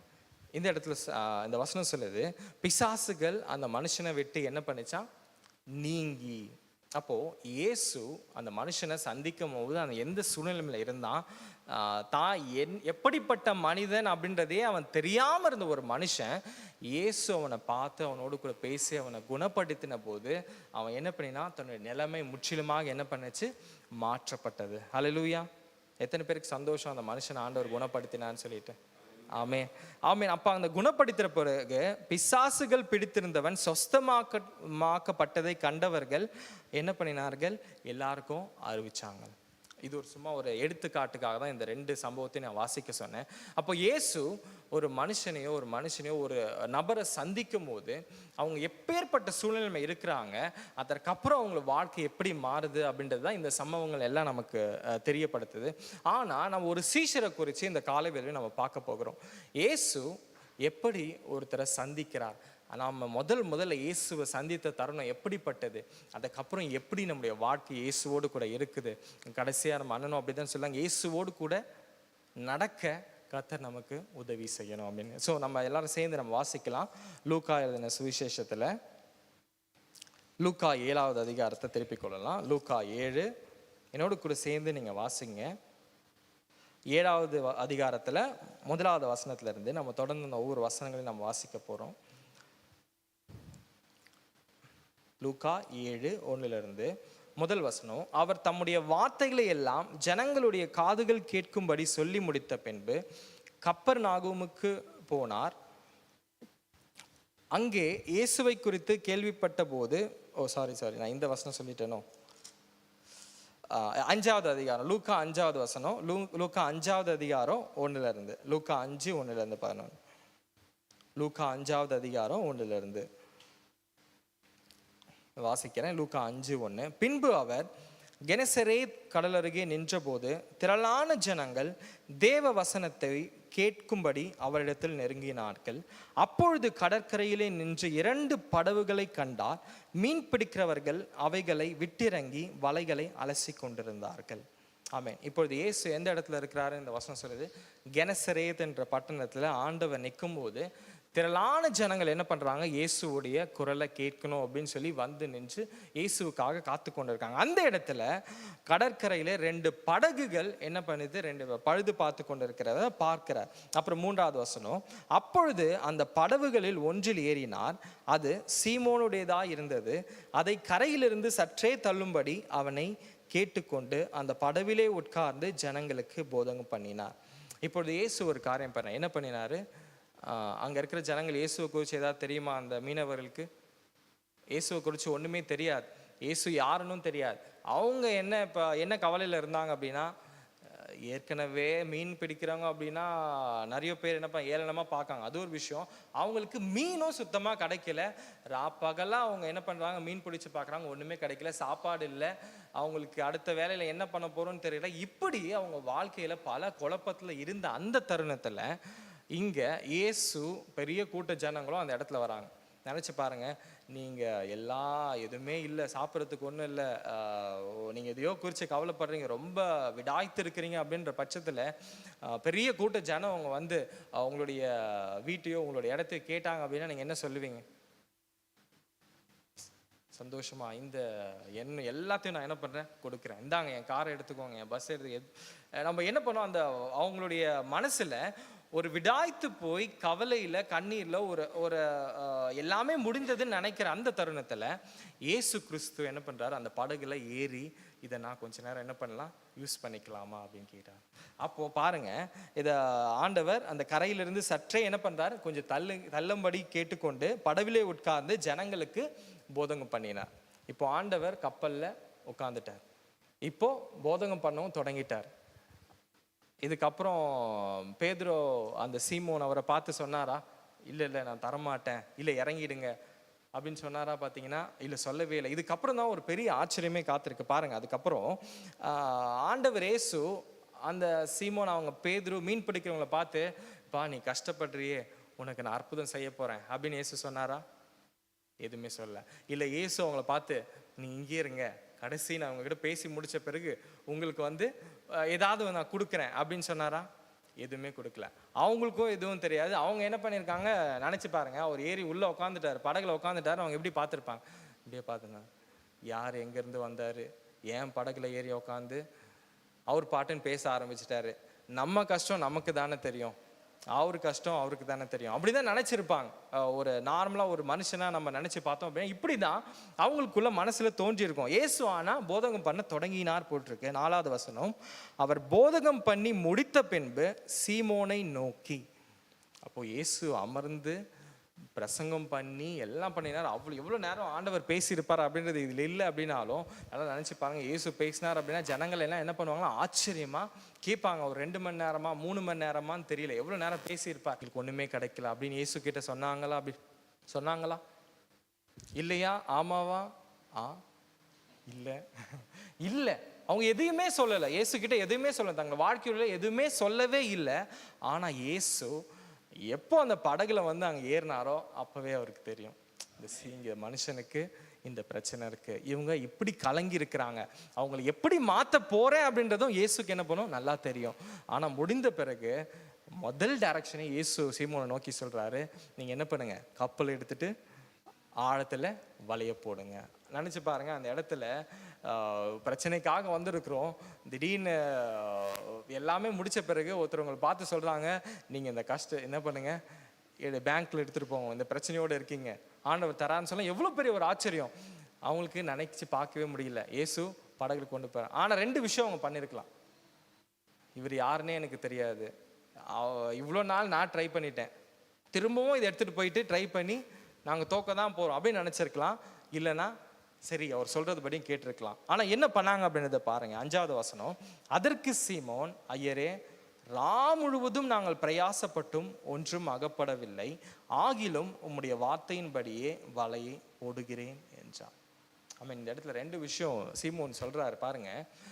அவர் வந்து ஆண்டவர் சொன்னதை கேட்டு சொன்னார், தான் என்ன கஷ்டப்பட்டேன் அப்படின்றத சொல்றாரு. நாங்கள் முழுதும் என்ன பண்ணிட்டோம், பிரயாசப்படுங்க, பிரயாசப்பட்டு நாங்கள் இந்த விஷயத்துக்காக நாங்கள் காத்திருந்தோம், எங்களுக்கு ஒன்றுமே கிடைக்கல, ஆகிலும் உம்முடைய வார்த்தையின்படி நாங்கள் என்ன பண்ணுறோம், செய்கிறோம். 3 மணி நேரம் ஆண்டவர் பேசியிருக்கிறதுல அட்லீஸ்ட் ஒரு 2 நிமிஷமாவது அவங்க கேட்டிருப்பாங்களா, அந்த இயேசு பேசினது அவங்க ஆச்சரியப்பட்டிருப்பாங்களா அப்படின்றது அந்த இடத்துல இருந்தால் தெரிஞ்சிருக்கும். அப்போது அவர் சொல்கிறாரு, ஆகிலும் உம்முடைய வார்த்தையின்படியே வலையை என்ன பண்ணுறேன், போடுகிறேன் அப்படின்னு சொல்லி 6வது வசனத்தை வாசிக்கலாம். அந்தபடியே அவர்கள் செய்து தாங்கள் வலை கிழிந்து போகத்தக்கதாக மிகுதியான மீன்களை பிடித்தார்கள். அல்லேலூயா. எத்தனை ஆச்சரியம் பாருங்க. இயேசு வந்து படகுல ஏறுறாரு, எதுவுமே தெரியாது, இவங்க தான் வந்து சீஷர்கள், பெரிய சீஷர்களாக ஆக போகிற இவர்கள்னு அவங்களுக்கும் தெரியாது. சாதாரணமான மீனவர்களை, எங்களை யார் பார்க்க போகிறான்னு நினச்சிருக்கிற அந்த மீன் பிடிக்கிறவங்களோட படகுல ஏறி ஆண்டவர் வந்து அவங்களுடைய தேவையை என்ன பண்ணார், அற்புதத்தை செஞ்சு என்ன பண்ணினார், அந்த இடத்துல காட்ட. அப்போ வலை கிழிந்து போகத்தக்கதாக மிகுதியான மீன்களை பிடித்தார்கள். இப்போ இயேசு படகுல ஏறும் போது அவங்களுக்கு என்ன தேவை இருந்தது? அவங்களுக்கு தேவை மீன். 2வது தேவை என்ன? மீன். 3வது தேவை என்ன? மீன். மீன் கிடைச்சா சாப்பிடலாம், அதை வச்சு சேல் பண்ணி நாம் பொழைச்சிக்கலாம், அவ்வளோதான். அதை ஆண்டவர் நல்லா அறிஞ்சிருக்கிறார். இவங்களுக்கு தேவை இது அறிஞ்சு என்ன பண்ணிட்டாரு, அந்த அற்புதத்தை முதல் செஞ்சார். அதை பார்த்த உடனே 7வது வசனம் சொல்லுது, அப்பொழுது மற்ற படவில் இருந்த கூட்டாளிகள் வந்து தங்களுக்கு உதவி செய்யும்படி அந்த ஆண்டவர் செஞ்ச அற்புதத்தில் அது அவங்க மட்டுமே பிடிக்க முடியாதபடி இன்னும் அவங்களுக்கு உதவி தேவைப்பட்டு அவர்கள் வந்து 2 படவுகளும் அமிழத்தக்கதாக நிரப்பினார்கள். அதுக்கப்புறம் 8வது வசனத்தை நம்ம வாசிக்கலாம். சீமோன் பேதுரு அதை கண்டு இயேசுவின் பாதத்தில் விழுந்து. இப்போ பாருங்க, ஆண்டவர் அவ்வளோ நேரம் பேசியிருந்தாரு. இயேசு அவங்ககிட்ட கேட்டார், மீன் பிடி என்ன படகு எடுத்துட்டு ஆழத்தில் போப்பான்னு சொன்னார். மீன் பிடிக்கிறத பார்க்குறாங்க. இந்த சம்பவத்தை எல்லாத்தையுமே பார்த்த பிறகு பேதுரு என்ன பண்ணுறாரு, அப்படியே பாதத்தில் விழுந்துட்டார். எத்தனை ஆச்சரியம் பாருங்க. ஆஹா, இவர் அற்புதமான தேவன். இது எங்களுக்கு என்ன தேவை அப்படின்றத இவர் அறிஞ்சிருக்கிறார். சில நேரங்களில் நிறைய பேர் சொல்றதை பார்த்துருக்கலாம்ல. நிறைய பேர் தங்களை வாழ்க்கையில் சொல்லுவாங்க, என்னுடைய தேவைகளை என்ன பண்ணிட்டாங்க இவங்க புரிஞ்சிக்க மாட்டாங்க, எனக்கு இதுதான் என்னுடைய நீட் அப்படின்றது இவங்களுக்கு தெரியல அப்படின்னு. ஆனால் இயேசுவுக்கு நமக்கு என்ன தேவை அப்படின்றது தெரியும். அல்லேலூயா, அல்லேலூயா. சத்தமே காணுமே. அல்லேலூயா, ஆமென். இது அற்புதம் தான். அப்போ இயேசுவின் பாதத்தில் என்ன பண்ணிட்டாரு, முகங்குப்ப விழுந்துட்டார். விழுந்து அதுக்கப்புறம் பாருங்க என்ன நடக்குது அப்படின்றத. இயேசுவின் பாதத்தில் விழுந்து, ஆண்டவரே, நான் பாவியான மனுஷன், நீர் என்னை விட்டு போக வேண்டும் என்றார். இந்த அற்புதத்தை பார்த்துட்டு, இயேசுவை பார்த்துட்ட பிறகு அவர் சொல்றார், தான் எப்படிப்பட்ட மனிதன் அப்படின்றத அந்த பேதுரு உணர்ந்து கொண்டார். பாருங்க, நம்முடைய வாழ்க்கையிலும் நம்ம இயேசுவை சந்திச்ச நாளை நீங்க நினைச்சு பாருங்க. நான் சொன்னேன்ல, நம்ம இயேசு எப்படி நம்மளை வந்து சந்திச்சார். ஏதோ ஒரு சூழ்நிலைமை நம்ம கடந்து போயிட்டு இருந்தோம். ஒருவேளை ஏதோ ஒரு சாபத்தில் இருந்திருப்போம், இல்லை ஏதோ ஒரு தேவையோடு இருந்திருப்போம், இல்லை ஏதோ ஒரு பண கஷ்டத்தில் இருந்திருப்போம், இல்லை வாழ்க்கையே முடிந்து போகிற அந்த தருணத்தில் இருந்திருக்கிற நேரத்தில் யாரோ ஒருத்தர் இயேசுவை என்ன பண்ணுறாங்க நமக்கு சொல்லி, அந்த இயேசுவை நாம் அறிஞ்சு கொள்ளும் போது இயேசு என்ன பண்ணினார், அப்படியே நம்மளை விட்டுட்டு போனாரா? இல்லவே இல்லை. இந்த பேதுருவை பாருங்க, எப்படி ஆண்டவர் தேடி வந்து அற்புதத்தை செஞ்சாரோ அப்படி நம்ம தேடி நம்மளை ஆண்டவர் தொட்டதுனால தான் இன்னைக்கும் நம்ம ஆண்டவர் சமூகத்தில் நின்று இயேசுவே அப்படின்னு சொல்லி நம்ம கூப்பிட்றோம். அல்லேலூயா, ஆமென். பாருங்க, அந்த நேரத்தில் பேதுரு இயேசு எப்படிப்பட்டவர் என்றதை அறிஞ்சு என்ன பண்ண சொன்னேன், நான் பாவியான மனுஷன், ஆண்டவரே என்னை விட்டு என்ன பண்ணுங்க, கடந்து போங்க. எத்தனை பேர் இயேசுவை சந்திச்ச நாளில் இந்த மாதிரி இப்போ ஜெபிச்சிருப்பீங்கல்ல. இயேசு முதல்ல இயேசுவை நம்ம ஏன் இயேசுவை சந்திச்ச அந்த நாள்லேயே நம்ம நினச்சி பார்க்கக்கூடாது. பல நேரங்கள் நம்மளோட வாழ்க்கையில் நம்ம பல விஷயங்களை யோசிப்போம். ஆனால் நம்ம வாழ்க்கையில் நம்ம சோர்ந்து போகிற நேரத்திலாம் நம்ம இயேசு நம்மளை சந்திச்சார் பார்த்தீங்களா, அந்த நாளை நினச்சி பார்க்கும் போது இன்னும் ஒரு தனி உற்சாகம். எவ்வளோ பெரிய ஒரு அற்புதம், எவ்வளோ பெரிய ஒரு மகிழ்ச்சி. அந்த நாளை நினச்சி பார்த்துருக்கும் போது இயேசு இப்படிப்பட்டவர், அப்படிப்பட்டவர். இயேசு உங்கள் வாழ்க்கையில் வந்த பிறகு நீங்கள் என்ன சொன்னீங்க இயேசு கிட்ட? ஏசப்பா, உமக்காக வைராக்கியமாக நான் என்ன பண்ணுவேன், ஏன் கடைசி மூச்சு வர நிற்பேன். எத்தனை பேர் சொல்லியிருக்கிறோம்? ஆமென். அது மாதிரி நிற்கிறோமா அப்படின்னு கேள்வி வந்துச்சு அப்படின்னா, ஆமீன். வாழ்க்கை பயணம் அப்படின்றது இன்னைக்கு தொடர்ந்து ஒரு 20 வருஷமோ இல்லை 30 வருஷமோ 40 வருஷமோ கிடையாது. அதுதான் அந்த பேதுரு அந்த இடத்துல ஆண்டவர் சந்திக்கும் போது, அது வந்து ஒரு பெரிய ஆண்டவர் ஒரு மனுஷனை தேர்ந்தெடுக்கும் போது, ஒரு மனுஷனை சந்திக்கும் போது அங்கே வாழ்க்கையை முழுவதுமாக என்ன பண்ணார், மாற்ற போகிறார். அந்த வாழ்க்கையை அந்த மனுஷனை பயன்படுத்தி ஆண்டவர் பெரிய காரியங்களை செய்ய போகிறார். அது சாதாரண மனுஷனுடைய வாழ்க்கையில் ஞாபகத்துக்கு தெரியாது. ஆனால் இயேசு எல்லாவற்றையும் அறிஞ்சிருக்கிறார். ஆமேன், ஆமேன். இயேசு உங்களை சந்திச்சாரா? ஆமென், சந்தித்திருக்கிறார். அப்போ சீமோன் பேதுரு இயேசுவின் பாதத்தில் விழுந்து, நான் பாவியான மனுஷன், நீர் என்னை விட்டு போக வேண்டும் என்றான். அவர்கள் திரளான மீன்களை பிடித்தது நிமித்தம் அவனுக்கும் அவனோடு கூர்ந்த யாவருக்கும் பிரமிப்புண்டானபடினாலே அப்படி சொன்ன. அவங்களுக்கும் பெரிய ஒரு ஆச்சரியம். இப்பேற்பட்ட ஒரு அற்புதத்தை ஒருத்தராலையும் செய்யவே முடியாது. பல நேரங்களில் நம்ம சாட்சி சொல்லுவோம்ல, இயேசு என்னை தொட்டாரு, அதனால தான் இயேசுக்காக நிற்கிறேன்னு சொல்லும் போது அந்த நம்ம சாட்சியில் ஒரு விஷயம் இருக்கும். அது என்னன்னா, இப்படிப்பட்டதான் நம்ம சாட்சியை கேட்குறவங்க சொல்லுவாங்க, பா, இந்த மாதிரி ஒரு அற்புதத்தை வேற யாராலும் செய்ய முடியாது. இது நிச்சயமா ஒரு பெரிய தேவன் மட்டும் தான் செஞ்சிருக்க முடியும். அது யார் அப்படின்னு யாரும் உங்ககிட்ட கேட்டாங்கன்னா நீங்க என்ன சொல்வீங்க? அது இயேசு மட்டும்தான். அல்லேலூயா, ஆமென். பாருங்க, அத்தனை பெரிய அற்புதங்களை செஞ்சு அந்த இடத்துல பேதுரு பிரமிப்புண்டாகி அங்கே இருக்கிற ஜனங்கள் எல்லாம் சொல்கிறாங்க, இது ஆச்சரியமானது. அதுக்கப்புறம் தொடர்ந்து நம்ம அந்த வசனத்தை வாசிக்கலாம். 10வது வசனம், சீமோனுக்கும் கூட்டாளிகளான செபுதேயவின் குமாரராகிய யாக்கோப்பும் யோவானும் அந்தபடியே பிரமித்தார்கள். அப்பொழுது இயேசு சீமோனை நோக்கி, இப்போ இவங்க என்ன பண்றாங்க, இயேசு செஞ்ச அற்புதத்தை பார்த்து ஆச்சரியப்பட்டு அப்படி பார்த்துட்டு இருக்காங்க. எப்படி பார்த்துருப்பாங்கன்னு நினைக்கிறீங்க? ஆச்சரியப்பட்டு அப்படியே பார்த்துருந்தாங்க. அவங்க பேசியிருக்கவே மாட்டாங்க, ஓ இந்த அற்புதத்தை யாரும் செஞ்சிருப்பாங்க. இவங்க ஆச்சரியப்பட்டு இருக்க அந்த சமயத்துல இயேசு என்ன பண்றாரு, அந்த வசனத்தை பாருங்க. பிரமித்தார்கள். அப்பொழுது இயேசு சீமோனை நோக்கி, படவுல ஏறினாரு, பிரசங்கம் பண்ணினாரு. முடிஞ்ச பிறகு என்ன பண்ணினாரு, இயேசு சீமோனை பார்த்து படகு எடுத்துட்டு போன்னு சொன்னார். அற்புதம் நடந்தது. இப்போ ஆண்டவர் திரும்ப என்ன பண்றாரு, அவங்க ஆச்சரியப்பட்டு பார்க்குற இந்த தருணத்துல சீமோனை நோக்கி, பயப்படாதே, இது முதல் நீ மனுஷரை பிடிக்கிறவனாய் இருப்பாய் என்றார். அல்லேலூயா, ஆமென். எத்தனை பெரிய ஆச்சரியம் பாருங்க. தங்களுடைய வாழ்க்கையின் நோக்கம், நாங்கள் தங்கள் வாழ்க்கை என்னன்னே தெரியாம ஒரு மீன் பிடிச்சி நாங்கள் சம்பாரிச்சு நம்ம வாழ போறோம்னு நினைச்சிருந்த அந்த மனுஷர்களுடைய வாழ்க்கையில கர்த்தர் இடைப்பட்டு சொன்னது, பயப்படாதீங்க, கலங்காதீங்க, உங்களை நான் என்ன பண்ண போறேன், மனுஷர்களை பிடிக்கிறலாப்பேன். அந்த நேரத்தில் யாருக்கா பேதுருக்கு தெரிஞ்சிருக்குமா? ஆஹா, பரவாயில்லையே, மனுஷரை பிடிக்கிறவங்கள மாற்றுவேன் ஆண்டவர் சொல்லிட்டாரு. எவ்வளோ ஆச்சரியமான விஷயம். அந்த மாதிரி யாராவது சொல்லியிருப்பாங்கன்னு நினைக்கிறீங்களா? அவங்களுக்கு அந்த நேரத்தில் என்னன்னே விளங்கி இருக்காது.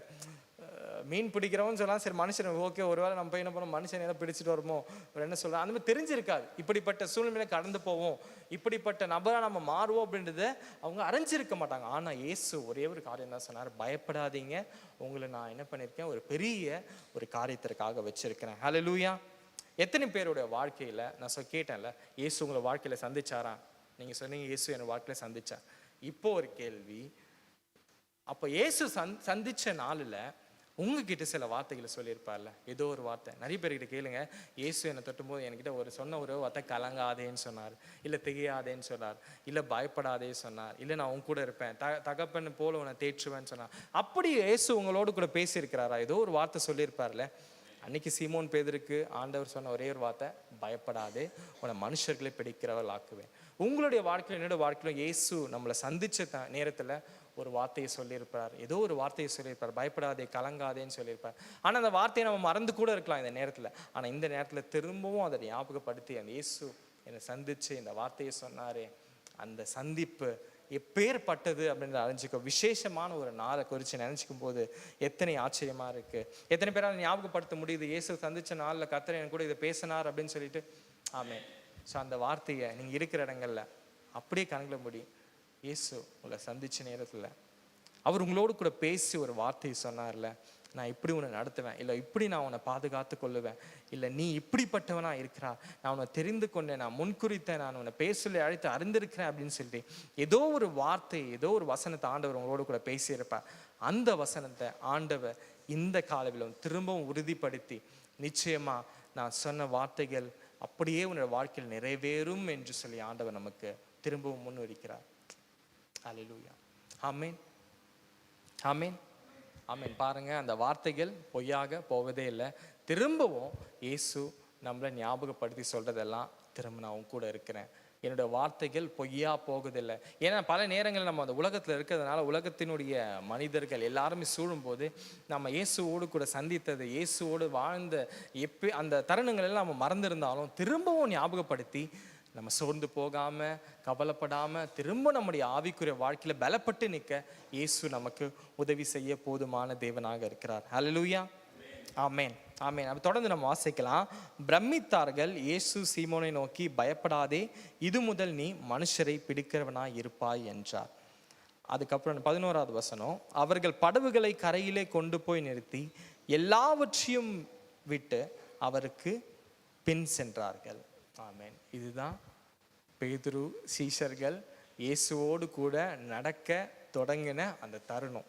பாருங்க, ஏதோ ஒரு தேவையோடு இருந்த ஒரு மனிதர்களை கர்த்தர் சந்திச்சு அவங்கள வாழ்க்கையை அறிஞ்சு அவங்களோடு கூட பேசி அவங்கள என்ன பண்ணினார், வாங்க நான் உங்களை அழைக்கிறேன் அப்படின்னு சொல்லிட்டு. ஆமென். அதே போல தான் நம்மளை வாழ்க்கையில இயேசு நம்மளை சந்திச்சு நம்மளை அழைச்சி அவருடைய தேவைக்காக அவருடைய சேவைக்காக நம்மளை என்ன பண்ண முன்குறிஞ்சிருக்கிறார். அப்போ அவங்க சொன்னாங்க, அவங்களுக்கு எது முக்கியமான ஒரு விஷயமா இருந்துச்சு அப்படின்னா, அந்த மீன் பிடிக்கிற ஒரு தொழில் தான் முக்கியமான ஒரு தொழிலாக இருந்தது.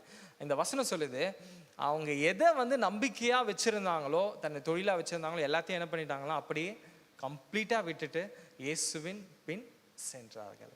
அங்கே தான் ஆரம்பிச்சது இயேசுவோடு கூட நடக்கிற ஒரு வாழ்க்கை எப்படி இருக்கும் அப்படின்னு. தொடர்ந்து நம்ம வாசித்தோம் அப்படின்னா அதுக்கப்புறம் பேதுருடைய வாழ்க்கையில் கர்த்தர் வந்து பெரிய பெரிய நம்ம மத்தேயு, மார்க்கு, லூக்கா அந்த சுவிசேஷங்கள் எல்லாம் நம்ம வாசித்தோம் அப்படின்னா பேதுரு அந்த செங்கடலில் நடக்கும்போது இயேசுவோடு பேசினது, இல்லை இயேசுவோட கேள்வி கேட்டு பல காரியங்கள் இருக்கும். ஆனால் நான் எல்லாவற்றையும் நான் பேசணும்னு ஆசைப்படல.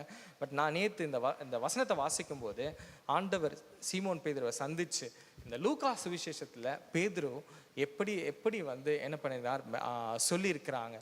பேதுரு என்னென்ன சூழ்நிலையில் ஆண்டவரை குறித்து அறிக்கையிட்டார், ஆண்டவர் குறித்து பேசினார் அப்படின்றத நம்ம தொடர்ந்து நம்ம பார்க்க போகிறோம். இப்பொழுது நம்ம தொடர்ந்து லூக்கா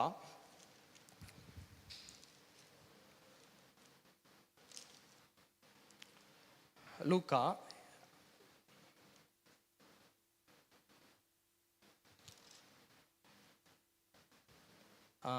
8வது அதிகாரத்தை நம்ம திருப்பிக் கொள்ளலாம்.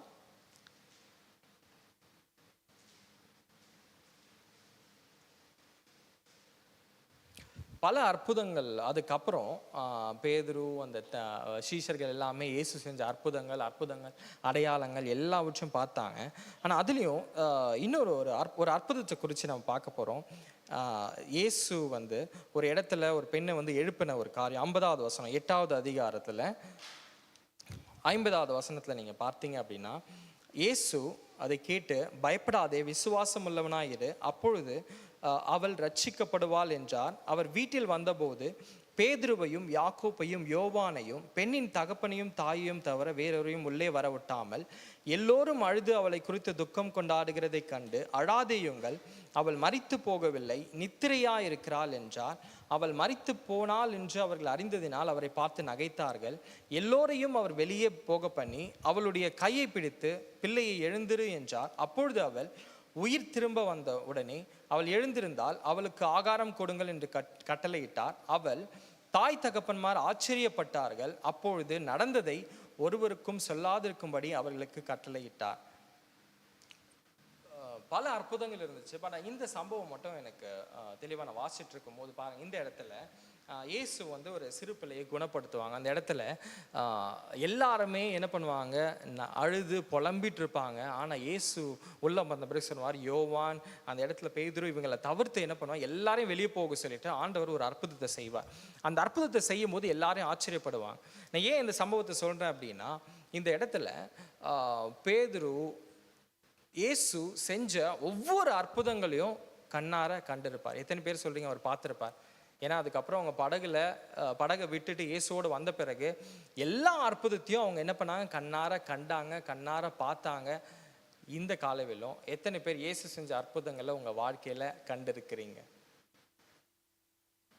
இயேசு செஞ்ச அற்புதமா அப்படின்னா என்ன அப்படின்னு கேட்குற மாதிரி இருக்கு. இயேசு செஞ்ச அற்புதத்தை எத்தனை பேர் உங்க வாழ்க்கையில கண்டிருக்கிறீங்க? நல்லா ஆமேன்னு சொல்லுங்க பாருங்க. ஆமேன். இயேசு செஞ்ச அற்புதங்களை எத்தனை பேர் உணர்ந்திருக்கிறீங்க? இயேசு உங்கள் வாழ்க்கையில செஞ்ச அற்புதத்தை எத்தனை பேர் பார்த்துருக்கிறாங்க? ஆமேன். இப்போ இது எல்லாம் வச்சு நம்ம அறிஞ்சிருக்கிறோம். ஆனா சில நேரங்களில் நம்ம வாழ்க்கையில ருசிச்சது போல மற்றவங்களுடைய சாட்சிகள் மற்றவங்களுடைய வாழ்க்கையில் நடக்கிறத பார்க்கும்போதும் ஆண்டவர் எப்படிப்பட்டவர் அப்படின்றத நமக்கு உணர்த்தி கொண்டே இருப்பார். இந்த இடத்துல நான் வாசிக்கும் போது பேதுரு யோவான் அந்த இடத்துல இருந்தாங்க பாருங்க. அந்த சூழ்நிலைமைகள்ல எல்லாம் அழுது புலம்பும் போது இயேசு வந்து ஒரு குறிப்பிட்ட ஜனம், அம்மா அப்பா நீங்க மட்டும் இருங்க, எல்லாம் வெளியே போங்கன்னு சொல்லி அற்புதம் செஞ்சு இந்த ஜனங்கள் ஆச்சரியப்படும் போது இதை எல்லாவற்றையும் யார் பார்த்து கொண்டிருந்தது? பேதுரு, யோவான், சீஷர்கள் எல்லாமே.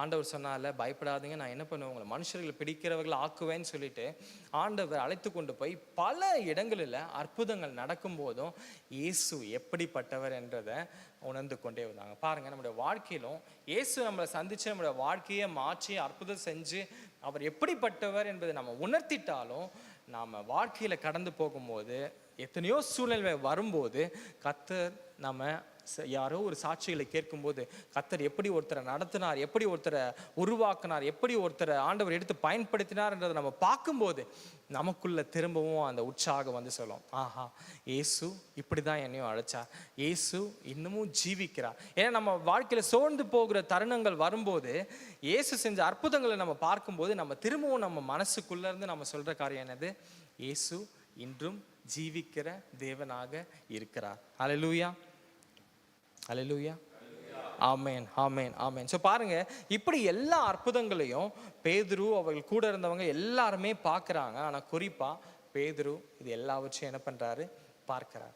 அப்போ இப்படிப்பட்ட பேதுரு எப்படி வந்து தன்னோட வாழ்க்கையில் இயேசுவுக்காக நின்னார் அப்படின்றத குறித்து நம்ம பார்க்கும்போது லூக்கா எழுதின சுவிசேஷம் 22வது அதிகாரம் 31வது வசனம். 22:31.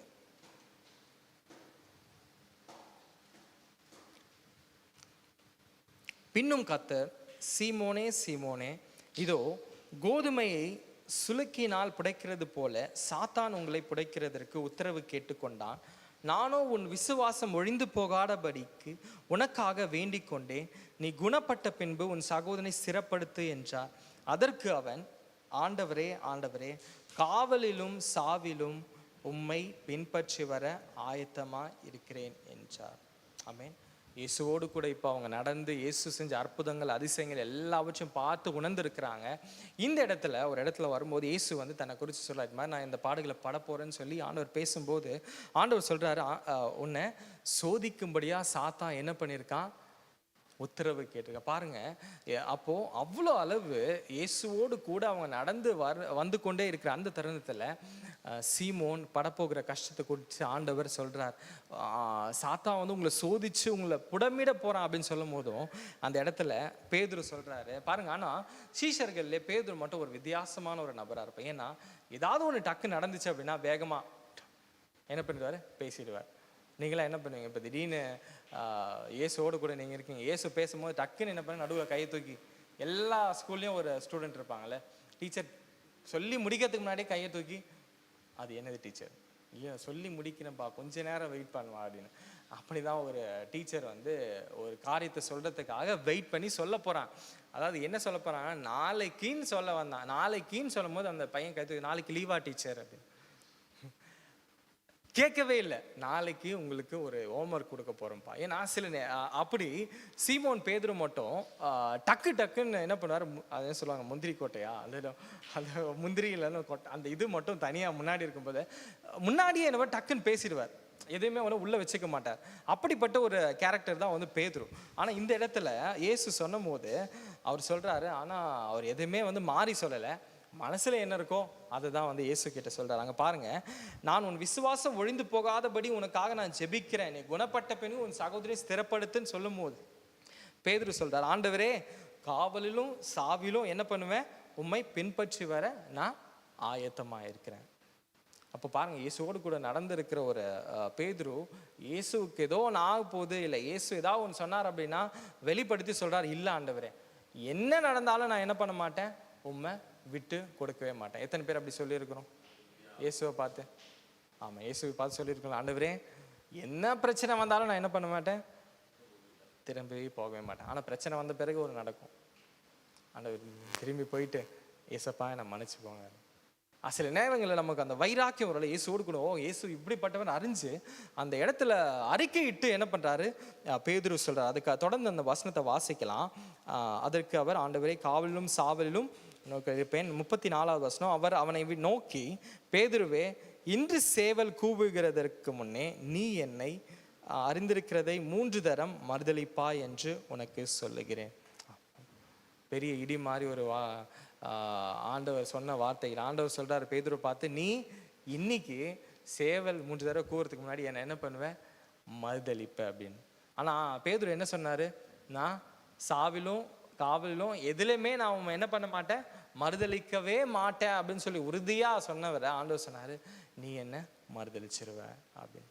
அதை பற்றி அவர் நினச்சாரா என்னன்னு தெரியல அதுக்கப்புறம். ஆனால் அவர் உறுதியாக இருந்தார், நான் வந்து இயேசுவுக்காக நிற்பேன், அவரை நான் என்ன பண்ண மாட்டேன், காட்டி கொடுக்கவே மாட்டேன் அப்படின்னு சொல்லிட்டு உறுதியாக நின்றார். ஆனால் அதுக்கப்புறம் நடந்தது நம்ம பார்த்துருக்கோம். இயேசுவை வந்து பிடிச்சிடுவாங்க, அவரை பிடிச்சி காவலில் வைக்கும்போது அவர் அப்படியே பேசும்போது அடுத்த வசனத்தை நம்ம வாசிக்கலாம். பின்னும் அவர் அவர்கள் நோக்கி நான் தொடர்ந்து அந்த வசனங்கள்லாம் முடிஞ்ச பிறகு இயேசு பிடித்து கொண்டு என்ன பண்ணுறாங்க, ஒரு பரியாசம் பண்ணி அவர்கள் கண்களை கட்டி அவர் எல்லா கொடுமைகளும் படுத்துகிற அந்த தருணத்தில் இந்த இடத்துல இயேசு சொன்னது போலவே சில சூழ்நிலைகள் பேதுருக்கு நடக்குது. அந்த வசனத்தை வாசிக்கலாம். 54வது வசனம், 22:54. அவர்கள் அவரை பிடித்த பின்பு பிரதான ஆசாரியர் வீட்டில் கொண்டு போய் விட்டார்கள். பேதுருவோ தூரத்திலே என்ன பண்ணா பெண் சொல்றான்.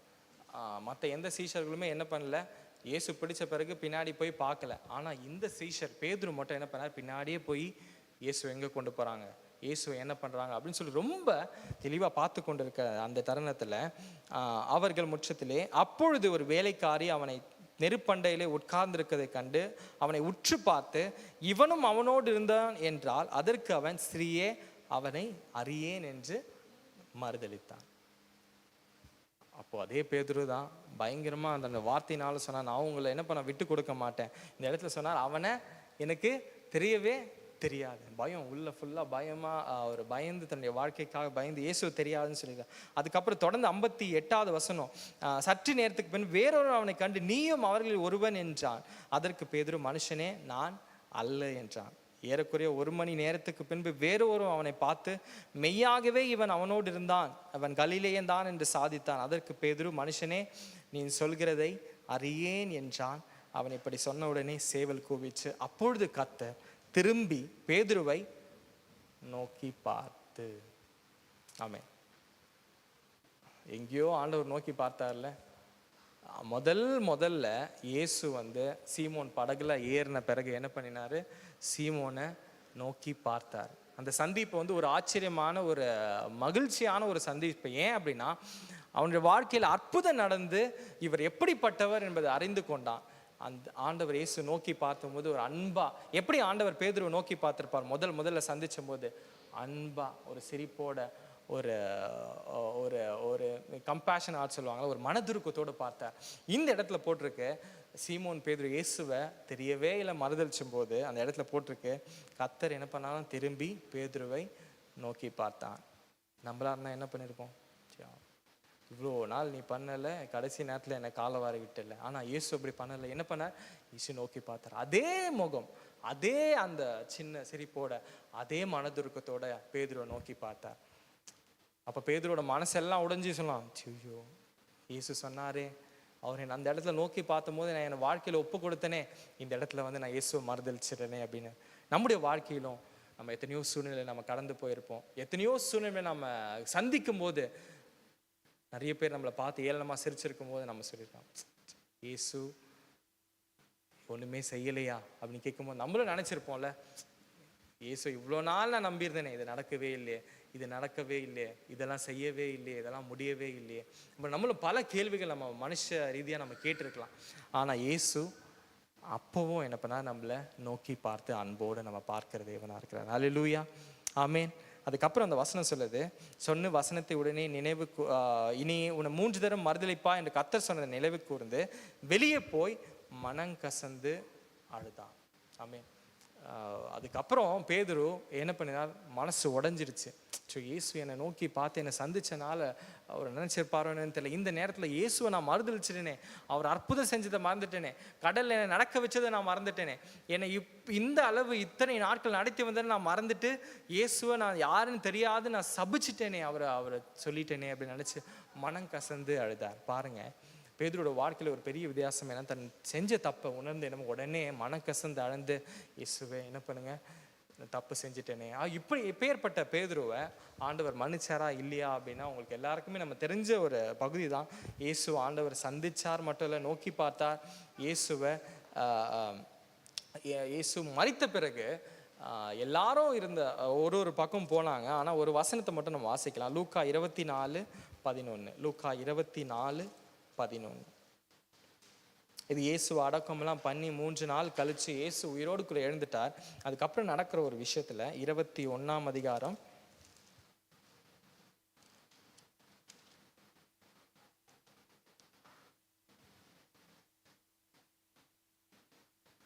24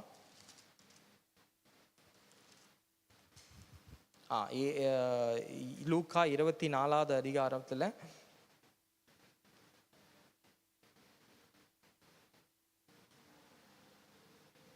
12வது வசனம். இயேசு உயிர் தெழுந்தார். இயேசு வந்து அந்த கல்லறையில் இல்லை அப்படின்னு சொல்லிட்டு அங்கே பார்த்த மகதலேனா மரியாள் அவங்க எல்லாம் வந்து சொல்லும்போது, எல்லா சீஷர்களும் ஒவ்வொரு காரியத்தில் இருக்கும்போது, பேதுருவோ எழுந்திருந்து கல்லறையினிடத்திற்கு ஓடி அதற்குள்ளே குனிந்து பார்க்கையில் சீலைகள் தணிக்கப்பட்டு வைத்திருக்கதை கண்டு சம்பவித்ததை குறித்து தன்னிலே ஆச்சரியப்பட்டு கொண்டு போனான். ஆமென். மற்ற எந்த சீஷருமே கூட போகல. ஆனால் பேதுரு இன்னமும் இயேசு மறுதளிச்சதை குறித்து நினச்சிட்டே இருந்திருப்பார். ஆனால் இயேசு உயிர் தெழுந்துட்டார்னு சொன்னதை கேள்விப்பட்டவொடனே ஓடி வேகமாய் பாருங்க, அந்த அன்பு வந்து இன்னும் குறையவே இல்லை அவருடைய வாழ்க்கையில். நம்முடைய வாழ்க்கையில் இயேசுவை நம்ம சந்தித்த நாளில் எவ்வளோ அன்பு இருந்ததோ அந்த அன்பு குறைஞ்சிருக்குதா, அதிகமாக இருக்கலாம், இல்லை அப்படியே மிதமாக இருக்குதா அப்படின்ற கேள்வி கேட்டால் அது யார் சொல்லணும்? நான் தான் சொல்லணும். உங்களுக்கு நீங்கள் தான் சொல்லணும். இயேசுடைய அன்பு உங்களை வாழ்க்கையில் எவ்வளோ இருக்குது? உங்களுடைய இயேசு மேலே உங்களுடைய அன்பு எப்படி இந்த காலையில இருக்குது அப்படின்னு கேட்டால் நீங்கள் தான் அதை யோசித்து பார்க்கணும். பாருங்கள், அந்த இடத்துல அவர் வேகமாக ஓடி போகிறார். இயேசு உயிர் தெரிந்துட்டாரே, வேகமாக ஓடி போய் அந்த இடத்துல பார்க்குறாரு, ஒன்றுமே இல்லை. ஆனால் ஆச்சரியப்பட்டார். இயேசு அற்புதம் செஞ்சு அவளை சந்தித்த நாளில் அவங்க ஆச்சரியப்பட்டு சொன்னாங்க, இவர் எப்படிப்பட்ட தேவன், இவர் அதிசயமானவர், நான் பாவியான மனுஷன் ஆண்டவரே அப்படின்னு சொல்லி தன்னை ஒப்பு கொடுத்த பேதுரு இந்த இடத்துல இயேசு உயிரோடு கூட எழும்பி இருக்கிறத கண்டு என்ன பண்ணினாரா? ஆச்சரியப்பட்டு நம்ம மகிமைப்படுத்தினார். ஹல்லேலூயா, ஆமென். நான் மத்தேயு, மார்க்கு எல்லாவற்றும் கூட பேதுருவை குறித்து முழுசாக நம்ம வாசிக்கலாம். ஆனால் நான் அந்த லூக்கா சுவிசேஷத்தில் மாத்திரமே அதில் போட்டிருக்க ஒவ்வொரு காரியங்களும் குறித்தும் பேதுரு ஆச்சரியப்பட்டு இயேசு செய்தவைகளை நினைத்துப்பாங்க. அப்போ இயேசு நம்முடைய வாழ்க்கையில் சந்தித்த போது என்ன மாற்றங்கள் நம்முடைய வாழ்க்கையில் நடந்தது, இப்போ என்ன மாற்றங்கள் நம்ம வாழ்க்கையில் நடந்து கொண்டு இருக்குது, நம்முடைய அன்பு இயேசு மேலே எப்படி இருக்குது. நம்ம மத்தேயுல நம்ம வாசித்தோம் அப்படின்னா ஆண்டவர் சொல்லுவார், அப்படி இல்லை பேதுருவே நான் திருச்சபையை என்ன பண்ணினேன், பேது உன் மேலே தான் என்ன பண்ண, இந்த பாதாளத்தின் வாசல்கள் மேற்கொள்வதில்லை. திருச்சபையை நீ தான் வந்து கட்டி எழுப்ப போற, உன்னை தான் கொண்டு நான் என்ன பண்ண தெரிந்தெடுத்திருக்கேன். ரத்த சாட்சியா மறிச்ச ஒரு பேதுரு பாருங்க, கர்த்தர் ஒரு நாள் ஒரு நபரை சந்திச்சார் அப்படின்னா அவர் நிச்சயமா அவருடைய நேசம், அவருடைய அன்பு, அவருடைய இரக்கம், அவருடைய கிருபை அவங்கள விட்டு விலகி போகவே போகாது. எத்தனை பேர் அவளை சொல்ல முடியும் அப்படி விலகி போகவே இல்லை அப்படின்னு சொல்லிட்டு? இந்த பேதுருடைய வாழ்க்கையில நம்ம பார்த்த ஒரே ஒரு காரியம், சாதாரண மனுஷனா இயேசுவை மறுதளிச்சான், சாதாரண மனுஷனா இயேசுவே தெரியாதுன்னு சொன்னான். ஆனாலும் மனம் கசந்து அழுது இயேசுவே அப்படின்னு சொல்லி வாழ்க்கையை ஒப்பு கொடுத்தான். அப்போ இயேசுவோடு கூட நடக்க நம்முடைய வாழ்க்கையை ஒப்பு கொடுத்துருக்கிற நாம நம்முடைய வாழ்க்கையில் எப்படி இருக்கிறோம், எப்படி நம்முடைய வாழ்க்கையில் இன்னும் அதிகமாக நம்ம இயேசுக்காக நம்ம செயல்பட போகிறோம் அப்படின்னு நம்ம கேட்க போகிறோம். இப்போ கடைசியாக ஒரு வசனத்தை நம்ம வாசி முடிக்கலாம். வெளிப்படுத்தல் விசேஷத்தில் 3ஆம் அதிகாரம் 4-5 வசனம்.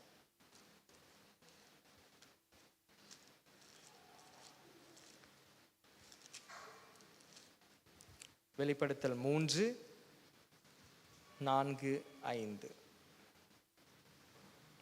சர்தை சபையை குறித்து தேவன் வந்து சொல்லும்போது, சர்தை சபையில் ஆகையால் நீ கேட்டு பெற்றுக்கொண்ட வகையை நினைவு கூர்ந்து அதை கை கொண்டு மனம் திரும்பு.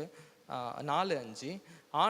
ஆனாலும் தங்கள் வஸ்திரங்களை அசுத்தப்படுத்தாத சில பேர் சர்தையில் உனக்குண்டு, அவர்கள் பாத்திரவான்களானபடியினாலே வெண்வஸ்திரம் தரித்து என்னோடே கூட நடப்பார்கள். ஜெயம் கொள்கிறவனவனோ அவனுக்கு வெண்வஸ்திரம் தரிக்கப்படும். ஜீவ புஸ்தகத்திலிருந்து அவனுடைய நாமத்தை நான் கிறுக்கி போடாமல் என் பிதா முன்பாகவும் அவருடைய தூதர் முன்பாகவும் அவன் நாமத்தை அறிக்கையிடுவேன். ஆவியானவர் சபைகளுக்கு சொல்லுகிறதை காதுள்ளவன் கேட்க கடவன் இருந்து. சர்தை சபை குறித்து ஆண்டவர் சொல்லும்போது வெண்வஸ்திரம் தரித்து என்னோடு கூட நடக்கிறவர்கள் அப்படின்னு சொல்லி பாருங்க. நம்முடைய வாழ்க்கையில் நம்ம இயேசு சந்திச்சு நம்ம வாழ்க்கையை மாற்றி இது வரைக்கும் நம்ம யாருக்காக நம்ம நிற்கிறோம் சொல்லுங்களேன்? யாருக்காக நம்ம நிற்கிறோம்? இயேசுவுக்காக நம்ம இவ்வளோ தூரம் வந்துட்டோம், இவ்வளோ தூரம். அதுக்கப்புறம் இந்த வசனம் சொல்லுது, அதாவது இந்த சர்தை சபையில் உள்ள பற்றி வெண்வஸ்திரம் தரித்து என்னோடு கூட நடக்கிறவர்கள் அவர்களை குறித்து என்ன பண்ணுவாராம்? ஆண்டவர் பிதாவின் முன்பாக வெண்வஸ்திரம் தரிக்கப்படும். ஜீவ புஸ்தகத்திலிருந்து அவனுடைய பேர் கிறுக்கப்படாமல் என் பிதா முன்பாகவும் தூதர் முன்பாகவும் அவன் நாமத்தை அறிக்கையிடுவேன். அப்போது நீங்களும் நானும் இந்த காலைவேளை கர்த்தர் நம்மளை பார்த்து சொல்லணுமா? வெண்வஸ்திரம் தரித்து அசுத்தப்படுத்தாமல் தன்னுடைய வாழ்க்கையை எனக்காக ஒப்பு கொடுத்த ஜனங்களை நான் என்ன பண்ணுவேன்? அறிக்கையிடுவேன். அல்லேலூயா, ஆமென். இந்த மெசேஜோட டைட்டில் என்ன அப்படின்னு கேட்டிங்கன்னா சிம்பிள் தான். நீங்கள் தான் சொல்லணும். விசேஷமாக நம்ம கத்தரை சந்தித்த நாள் எப்படிப்பட்ட நாள்? நீங்களே உங்கள் வாய்களில் சொல்லலாம். கத்தர் உங்களை சந்தித்த நாளில் நீங்கள் என்ன சொல்லுவீங்க? ஸ்பெஷல் டே, விசேஷமான நாளா, இல்லை அற்புதமான நாளா? எப்படி சொன்னாலும் ஒரே ஒரு விஷயம்தான், கத்தர் நம்மளை சந்திச்சாரு, வாழ்க்கையை மாற்றினாரு, இன்றும் நம்ம கூட இருக்கிறாரு. கடைசியில் வெண்வஸ்திரம் தரித்து நாம் கத்தரோடு கூட நடந்த அந்த உலகத்தின் காரியங்கள்லாம் விட்டு நீங்கி நம்ம கடைசி வர கத்தரோடு கூட இருப்போமா அப்படின்னு அந்த கேள்வி வரும்போது, ஏனோக்கு கத்தரோடு கூட நடந்தான், அது கத்தரோடு கூட சஞ்சரிச்சான், நோவா கத்தரோடு கூட நடந்தார். இப்படி ஒவ்வொரு கதாபாத்திரங்களும் வேதத்தில் சொல்லும் போது எல்லாரும் இயேசுவோடு கூட நடந்தார்கள். நம்ம பார்த்தோம்ல, பேதுரு தன்னுடைய வாழ்க்கையில் இயேசுவுக்கு தன்னை ஒப்பு கொடுத்து எப்படி தன்னுடைய வாழ்க்கையில் ஆண்டவர் அற்புதத்தை கண்டார், இரத்த சாட்சியாக மாறிச்சார். இந்த காலையிலும் நம்ம இருக்கிற இடங்களில் ஆண்டவர் நோக்கி பார்த்து நம்ம ஒப்பு கொடுத்து ஆண்டவர் நம்மளை சந்தித்த நாள் அது விசேஷமான ஒரு நாளாக இருக்கிறதுனால, நம்ம பல நேரங்களில் நம்ம வாழ்க்கையில் நம்ம சோர்ந்து போய் இல்லை தளர்ந்து போய் நம்ம கவலைகளால் நிரப்பப்படும் போது, இல்லை மனிதர்கள் நம்மளை பார்த்து பேசும்போது, இல்லை மனிதர்கள் நம்மளை பார்த்து நம்ம இகழும்போது, அந்த நேரங்களில் நம்மளை உற்சாகப்படுத்தி நம்மளை தூக்கி நிறுத்த அவருடைய அன்பு மாத்திரமே போதுமானது. இல்லை பல வேளைகளை நாம்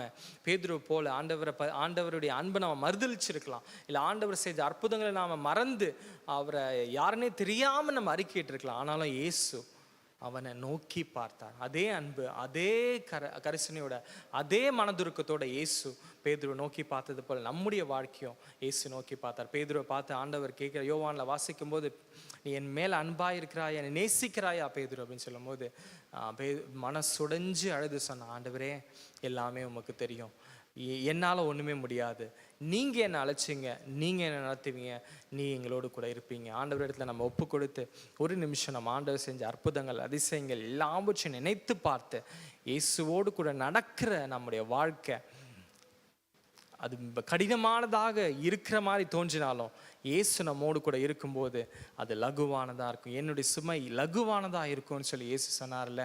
இடுக்கமான வாசல் வழியே நம்ம பிரவேசிக்கும் போது அது பாதை கடினமானது போல தோன்றினாலும், ஆனால் இயேசு நம்மளோடு கூட இருந்து அந்த நித்திய பாதையிலே நம்ம நடத்த போதுமான தேவனாக இருக்கிறார். எத்தனை பேர் அதுக்காக நம்ம ஒப்பு கொடுத்து ஆண்டவர் இடத்துல, ஆண்டவரே என்னை நீங்கள் அழைச்சதை நான் விசுவாசிக்கிறேன், என்னை நீங்கள் சந்தித்தனால நாங்கள் நினைவு கூர்ந்து என்னுடைய வாழ்க்கையை நாங்கள் திரும்பவுமா ஆண்டவரே நான் உமக்கு இடத்துல ஒப்பு கொடுக்குறேன். ஆண்டவரே அந்த ஆதியில் இருந்த அன்பை நான் திரும்பவும் நான் புதுப்பிச்சு இன்னும் இத்தனை நாட்கள் நான் வாழும்போது உமக்காக நான் நிற்க, இயேசு பேதுருவை பார்த்து சொன்னது போல, நான் உங்களை மனுஷர்களை பிடிக்கிறவர்கள் ஆக்குவேன், பயப்படாதீங்கன்னு சொன்னது போல, நாம் இந்த நாட்களிலும் இயேசுவே உமக்காக நான் ஓடுகிற ஜனங்களாக நீங்கள் பயன்படுத்துங்க, ஓடுகிற பிள்ளையாக நீங்கள் எங்களை பயன்படுத்துங்க அப்பான்னு சொல்லி நம்ம கண்களை மூடி அறிக்கையிட்டு நம்ம ஜெபிச்சு முடிக்க போகிறோம். ஒரு அருமையான ஒரு பாடலுக்கு, நடப்பேன் இயேசுவுடன் நடப்பேன் காலமெல்லாம். இந்த வரிகளை பாடும்போது நம்ம ஒப்பு கொடுத்து நம்ம ஜெபிச்சு நம்ம முடிக்க போகிறோம். நடப்பேன் இயேசுவுடன் நடப்பேன் காலமெல்லாம், நடப்பேன் இயேசுவுடன் நடப்பேன் காலமெல்லாம், பள்ளத்தாக்கினில் அவர் லீலி சாரோனின் ரோஜாவ, பள்ளத்தாக்கினில் அவர் லீலி சாரோனின் ரோஜாவ, நடப்பேன் இயேசுவுடன் நடப்பேன் காலமெல்லாம், நடப்பேன் இயேசுவுடன் நடப்பேன் காலமெல்லாம். ஏனோக்கு கர்த்தரோடு கூட சஞ்சரித்து நடந்தார், நோவா கர்த்தரோடு கூட நடந்தார், ஆபிரகாம், யோசேப்பு போன்ற பல தேவ மனிதர்கள் இயேசுவோடு கூட நடந்து எல்லா துன்பத்தையும் அவர்கள் ஜெயித்து எழுமினது போல இந்த காலை வேளையிலும் எப்படி ஒரு பேதுருவை ஆண்டவர் சந்தித்து பேதுருடைய வாழ்க்கையை மாற்றி அந்த பேதுருவுடைய வாழ்க்கையில தான் ஆண்டவர் திருச்சபையை கட்டினது போல கர்த்தர் நம்மையும் சந்திச்சிருக்கிறார், நம்முடைய வாழ்க்கையை மாற்றிருக்கிறார். நம்மை கொண்டு கர்த்தர் இந்த தேசத்தை கட்டுவார்னு சொல்லி விசுவாசத்தோடு நம்ம ஒப்பு கொடுத்த, ஆண்டவரே என்னையும் என் குடும்பத்தையும் என் சபையும் ஒப்பு கொடுக்குறேன், எங்களை கொண்டு நீங்கள் செய்ய நினைத்ததை ஆண்டவரே நீங்கள் செயல்படுத்த போகிறதுக்காக நன்றி செலுத்துக்கிறோம். எல்லா துதியும் கனமும் மகிமையும் ஒருவருக்கே நாங்கள் செலுத்துக்கிறோம் அப்பா. மீட்பெரும் இரட்சகருமாக இயேசு கிறிஸ்துவின் நாமத்தில் ஜெபிக்கிறோம் எங்கள் ஜீவனுள்ள நல்ல பிதாவே, ஆமென் ஆமென். அந்த சேர்ந்து சொல்லுமா, என் ஆத்மாவே கர்த்தரை ஸ்தோத்ரி, உம்முடைய பரிசுத்த நாமத்தை ஸ்தோத்ரி. என் ஆத்மாவே கர்த்தரை ஸ்தோத்ரி, கர்த்தர் செய்த சகல உபகாரங்களையும் மறவாதே. நம்ம கர்த்தராகிய இயேசு கிறிஸ்துவின் கிருபையும் பிதாவானவருடைய அன்பும் பரிசுத்த ஆவியானவருடைய ஐக்கியம்